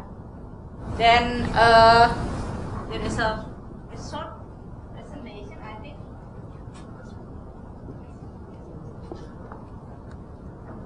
Yeah. This is the Studies National Certification Program that aims to establish standards to improve the quality and productivity of the national tea farming, which also accommodate the sustainable issues. I think we can run to the other side. Okay, that's why. Okay, this is the declining of production and also area of tea in Indonesia. Then, multi-stakeholder forum we established in Indonesia consisted of our stakeholder from the companies, farmers, and also government joined this multi-stakeholder. We call the National Reference Group. They initiated for study certification. This is what we have conduct during 2008 until now. Just a minute. This one. Okay. And now we have a certified 20,000 tea smallholder, more than 20,000 smallholder certified under the study. This is the benefit of the study.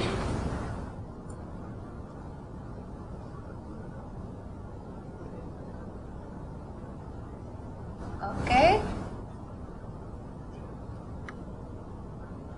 This one the step how we can reach the study.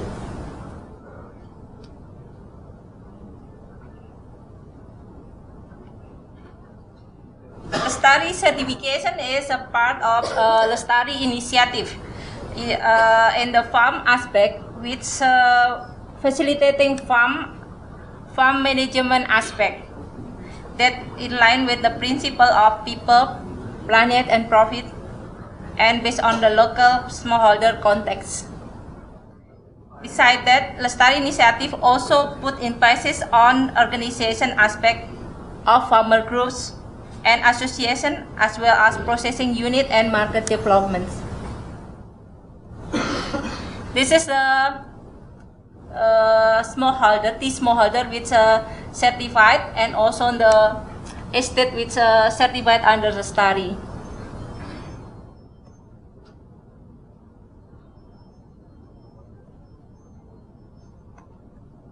This is the launching of Lestari. Okay. See? In 2010.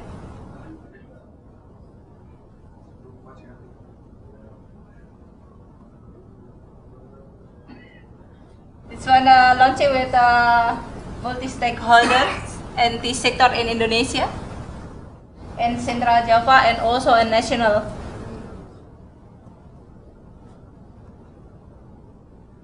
And now, the farmer, the study certified farmer, got support from the government for the processing unit machine from the Ministry of Industry. They already released 4 unit for tea farmers groups. Now they can produce the made tea. I bring one.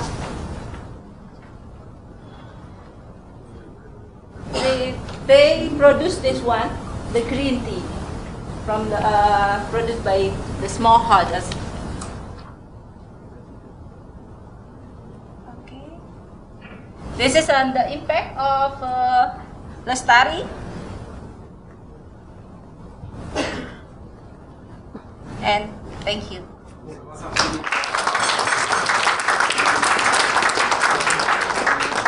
Thank you. Oh, thank you very much. Gonzalo also wanted. I'll give it to mine. I have enough. Okay. Please proceed. Please. Oh, thank you. Thank you, Veronica. My apologies to our Indian guests, because as being the host country, I had no option but to first, provide the opportunity to the people who have come all the way from outside India. I hope you don't mind. And this is the time now we will invite, Mr. Mehta to provide us some overview over this IPOS concept. Thank you. He is doctor. Sorry, Dr. Mehta. Makes it a point to let everyone know. Very German.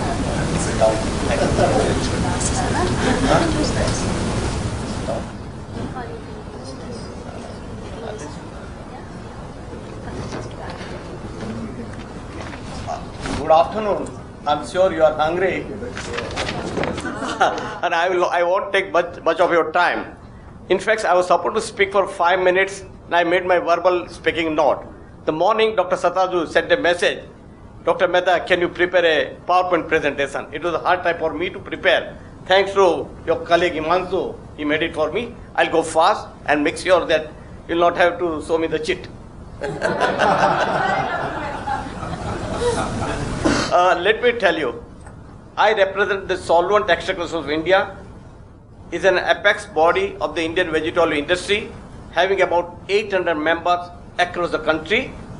We are the trade promotion organizations by the Ministry of Commerce and also the NGO by Ministry of Agriculture. And we were the first in the country to receive the ISO certification in 2004, and today is upgraded to 2015.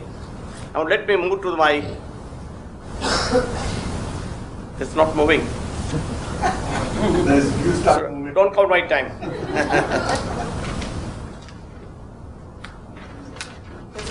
I'll go with this, yes. Briefly, I'll introduce this. We have a lot of guests from the outside the India. I'll briefly introduce the Indian oilseed sector. Let us look at the Indian economy first. the fastest growing economy, strong macro fundamentals, GDP value is over 2.25 trillion, PPP is about 8.72 trillion, Forex reserve now of course is reduced to about 392 billion, FDI flows is 40 billion last year, and per capita income is about US dollar 1670, and income growth is about 8.6% per annum. Look at the Indian GDP growth. Average GDP growth in the last 5 years is at 6.7. For the current year, 17-18 or it is estimated at 7.5%. Look at aggregate growth. Last year, 16-17 we had a 4.9. Current year 17-18 is at 2.1, and this year, current year, which 18-19, we are expecting again growth about 3.9%. Look at it now. I'll come back to the Indian oilseed scenario. Let us look at demand, supply, and import of vegetable oils. This is a small balance sheet. Total area under oilseed is about 26 million. Average yield very poor, about 1000 kg. The 9 cultivated oilseeds, it's our production of 24.1 million. We also produce a cotton seed. We are number 1 in the world today. We produce about 12 million tons of the cotton seed and also copra. This is a map. This showing the various oilseeds grown in India. So if you look at the Gujarat, we have the groundnut. The center part, MP and Maharashtra is the soybean. Down Kerala, Tamil Nadu is the copra. Upper on the Rajasthan, Haryana, Punjab, all this up to northeast, it's a rep and mustard. Now let us look at the consumption pattern. How is it? I have divided the India into 4 zones. If you can look at here, the average consumption highest in the western part and the lowest in the eastern part of the India. I will not go into much detail since already I think my presenter will be loaded with the system. And look at the per capita income, per consumption of the edible oil. India is 18.2 kg, which is lower than the world average, or rather much lower than the world average. And if you look at the EU or USA, much higher. Of course, that also include the bioenergy consumptions. Look at the edible oil consumption in India, and particularly the palm oil. In 2001-2002, we are consuming about 3 million ton. By 2008-9, it gone to 6.3 million ton, and now we are consuming about 9 million tons. The palm oil, after the total consumption of India today, is about 23 million tons. Now, what is the growth potential in India? The demand growth. Average GDP is rising to about 7 to 8%. At 7 to 8%. Big emerging Indian middle class market. Let me tell you, 50% of the population of India is a middle class, and their income rising by 10 to 15% per annum. And where their income rises, they spend maximum on food, shelter, and clothes. And food, edible oil count first. So naturally, edible oil demand consumption is rising very fast. Double-digit growth out of home consumption. See, more and more people are eating out now, and that's the reason the demand for edible oil is rising very fast. Per capita consumption, which I said 6.5 in 16, 17, 18. Of course, then the next chart I'll come back to that. Now, population. Another factor is the population. India had every year one Australia, about 22 million people, and you can imagine. Of course, this is a demand growth as shown by 2025. India may be requiring about 34 million tons of edible oils, which is currently about 23 million tons. Of course, this is a projection in the number which I said, or projection up to. Of course, I have considered as an average growth is a 4%, 5% on the higher side, 3% on the lower side. So 4% should be the all right for us. Now look at India, total consumption of edible oil is 23 million ton. Our own production is hardly 7 to 8 million ton. and the gap is bridged to the import. How much? This is we import about 15 million tons of edible oil every year, and these are the ports from where we importing the palm oil right from the Kanla Mundra to Haldia on the eastern India. And from where we are importing. Look at here, palm. Let us talk today palm. Mainly we are importing palm from the Indonesia, from my friend Danny, about 7 million ton last year. Malaysia is about 2 million ton. Thailand small quantity. Last year import was about 9.2 million ton. The next is a soybean and third is a sunflower oil. So Indonesia and Malaysia are our real partner in supplying the bridging the gap between demand and supply.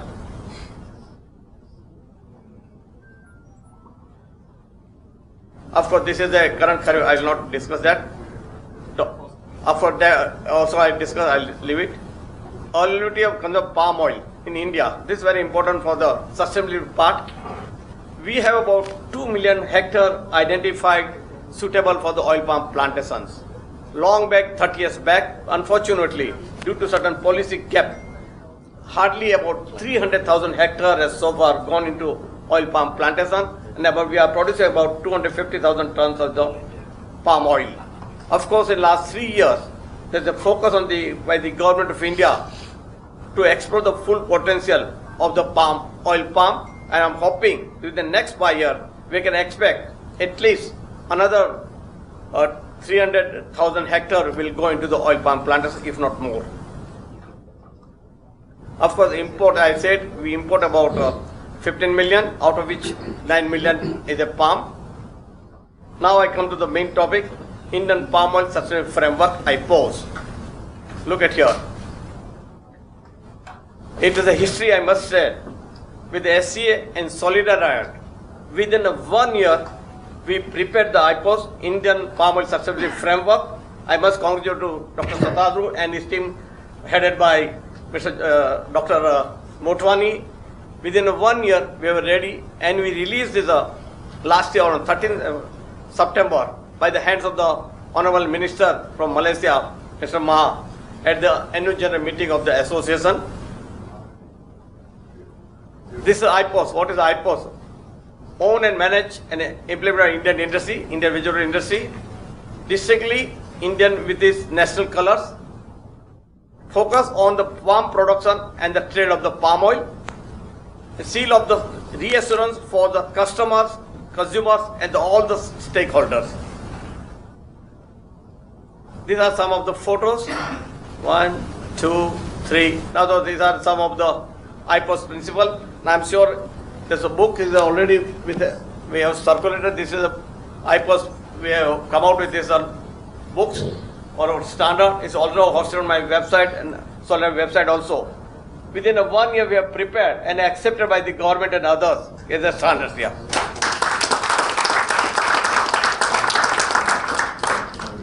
These are some of the photographs. Now look at here, the Government of India message from the Priti Sudan, Secretary Food, Dr. B. Rajendra, Joint Secretary Agriculture. This I can't. FSI Chairperson. And the last, very important, in July this year, we signed an MOU with the Indonesian Palm Oil Board, Solidarity SCA, in the presence of all the senior ministers of the government of Indonesia. It is really, I must congratulate Solidarity for organizing this event. And it was an honor for us to sign an MOU in presence of all 3 top ministers of the government of Indonesia. And anyway, IPOS and ISPO, the wordings are the same. So there's no difference. We have totally matched with the IPOS and ISPO. And last, we look forward to have close synergy between ISPO of Indonesia, MSPO of the Malaysia, including similar other aligned standards with the IPOS of India. Thank you very much. I hope I have finished in my time. Thank you so much, Dr. Mehta. May I now invite Mr. Raha? I'm so sorry that you had to wait the last, but maybe, always the best we can reserve for the last. Thank you. Thank you, Dr. Chattopadhyay, and a very good afternoon, ladies and gentlemen. I'm not going to make a presentation, and fortunately, I did not get a message from Dr. Chattopadhyay this morning. I think I've saved you the trouble of a presentation, but the understanding is that the 5 minutes or 10 minutes that I have, I'll close in 5. Dr. Chattopadhyay has sent me a message saying when I make the next presentation post-lunch, he'll give me 5 minutes extra. So, well, the tea industry, as you all know, is a very old industry. Let me come to the point of why and where the national sustainability standard and the need for it arises. As an industry, we have embraced sustainability not only as a business case, but as a responsibility for the last 2 decades. We have virtually every certification body that certifies agricultural operations working with us and certifying our footprints. I do not wish to elaborate on our sustainability footprints right now, because I think that could be a discussion point for another session. But what is important is that we are increasingly feeling that given the fast changing dynamics of the industry, accelerated by the dynamic changing environment in India and the world, the sustainability requirements, the certification process needs to be constantly aligned to these changes so that grassroots realities in the national perspective are continuously recognized and implemented. I am not for one moment saying that it is not being done. You have international packers who have largely contributed to setting up standards which are being implemented for a very long time now. We do participate in meetings and consultations as to what the standards should be and how it should arise. But what is actually needed is not so much to replace these standards, but to align these standards to national realities. And that is a process that takes time, and that takes the involvement of people at the grassroots.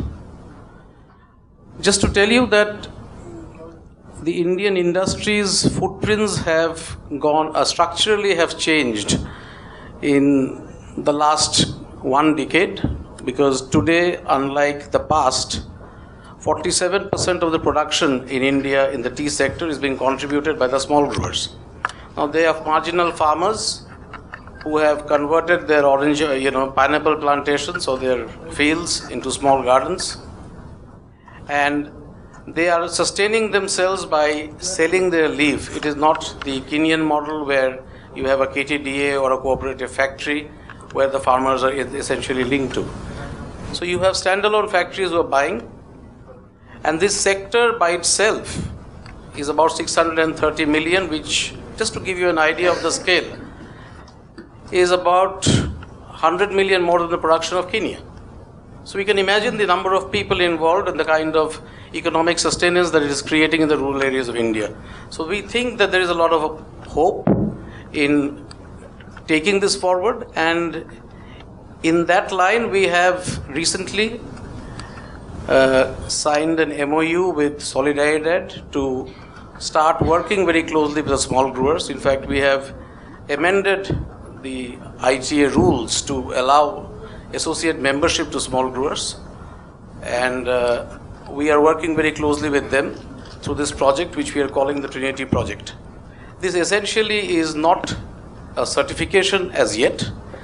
It is an enabler to produce a safe product, to see that good agricultural practices are followed, to see that the value chain from the tea bush to the factory gate where the leaf is being purchased is sanitized, so that it complements the requirements of tea manufacturers and other stakeholders in the value chain. But this definitely has the promise of becoming a certification in the future, as the reality is that the tea production is actually growing in the small grower sector. The 400 or 500 million kgs of tea that we have added to the production base has largely been contributed by the small grower sector in the last decade. The organized sector's share in the production has actually been marginally shrinking.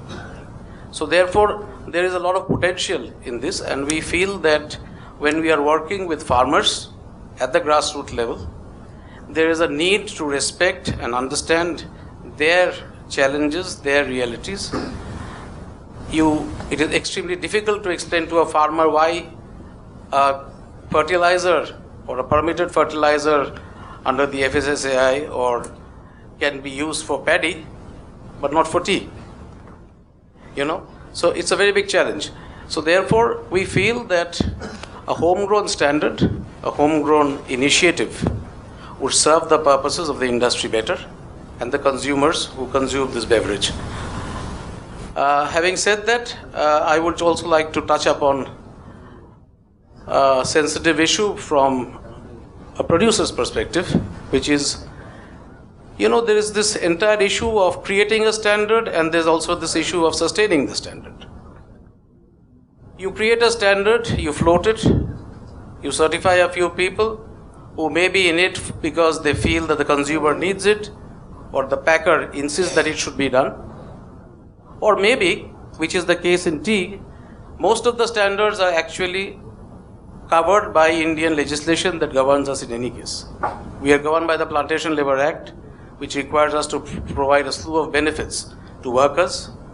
So we find that implementing a standard per se, for the sake of it, is not really the challenge. The challenge is to find a way of sustaining it over the long run. And when you talk about sustaining a standard, there are economic realities that come into fray. When I talk of economic realities, I think my learned colleague from Indonesia has spoken about what's happening in the tea sector. The realities are very much the same for prices at the farm gate level. You have economic challenges in sustaining yourself, and when costs overrun prices, when you are not being able to sustain production as a whole, then even the cost of compliance becomes a burden. So therefore, there is a need to change the rules of the game, or maybe align them to an extent, to see how stakeholders in the value chain, the buyers, the government, and the retailers also take collective responsibility in seeing how the farm gate level enterprise remains sustainable. Because if the enterprise does not remain sustainable, if the enterprise does not remain viable, the standard in any case does not exist.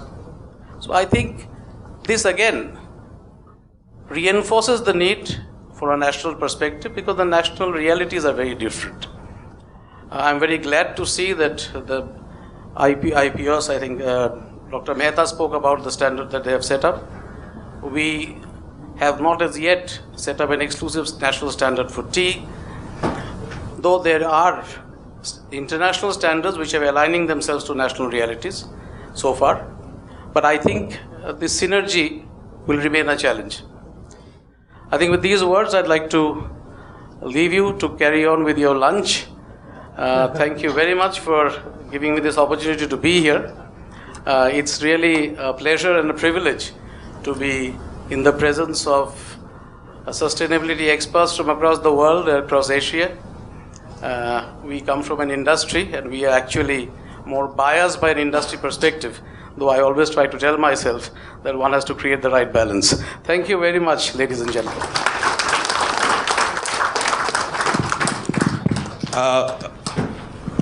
All of you must be wondering, like, after such beautiful presentations, you don't get an opportunity to ask questions. There's no time, right? We can't stop time, but there is a way. I think, is Pramod around here? Yeah. Pramod, could you tell us what is the way and how can we really interact in 2 minutes? Thank you, Sadhru, and thank you, participants, for bearing with us with all these glitches and other small problems of the software. We have a facility to ask, anybody, any question, especially the presenters here. You have an option in your Android app. iOS people have to wait for a day or so, but otherwise, all the Android people can go into the session, or even outside there is a red button you might have seen. In that there is, when you press the red button, it will come up, and then the last one, the top one is called a chat. Inside the chat, you have to use your normal Gmail. It will get connected to your Gmail ID and connect it, and then you can select those participants, whoever you want to send a message to many people or to one. You can ask that question, and they will receive it, and you can answer that. You get the answers from the presenters. That's since there is no time and no interaction can be possible physically, this is the only way we can think of. Thanks, sir. Thank you. And all the presentations will also be uploaded in the same app. So please do not delete it after the workshop, this app. You maintain it. Now we would like to have some token gifts.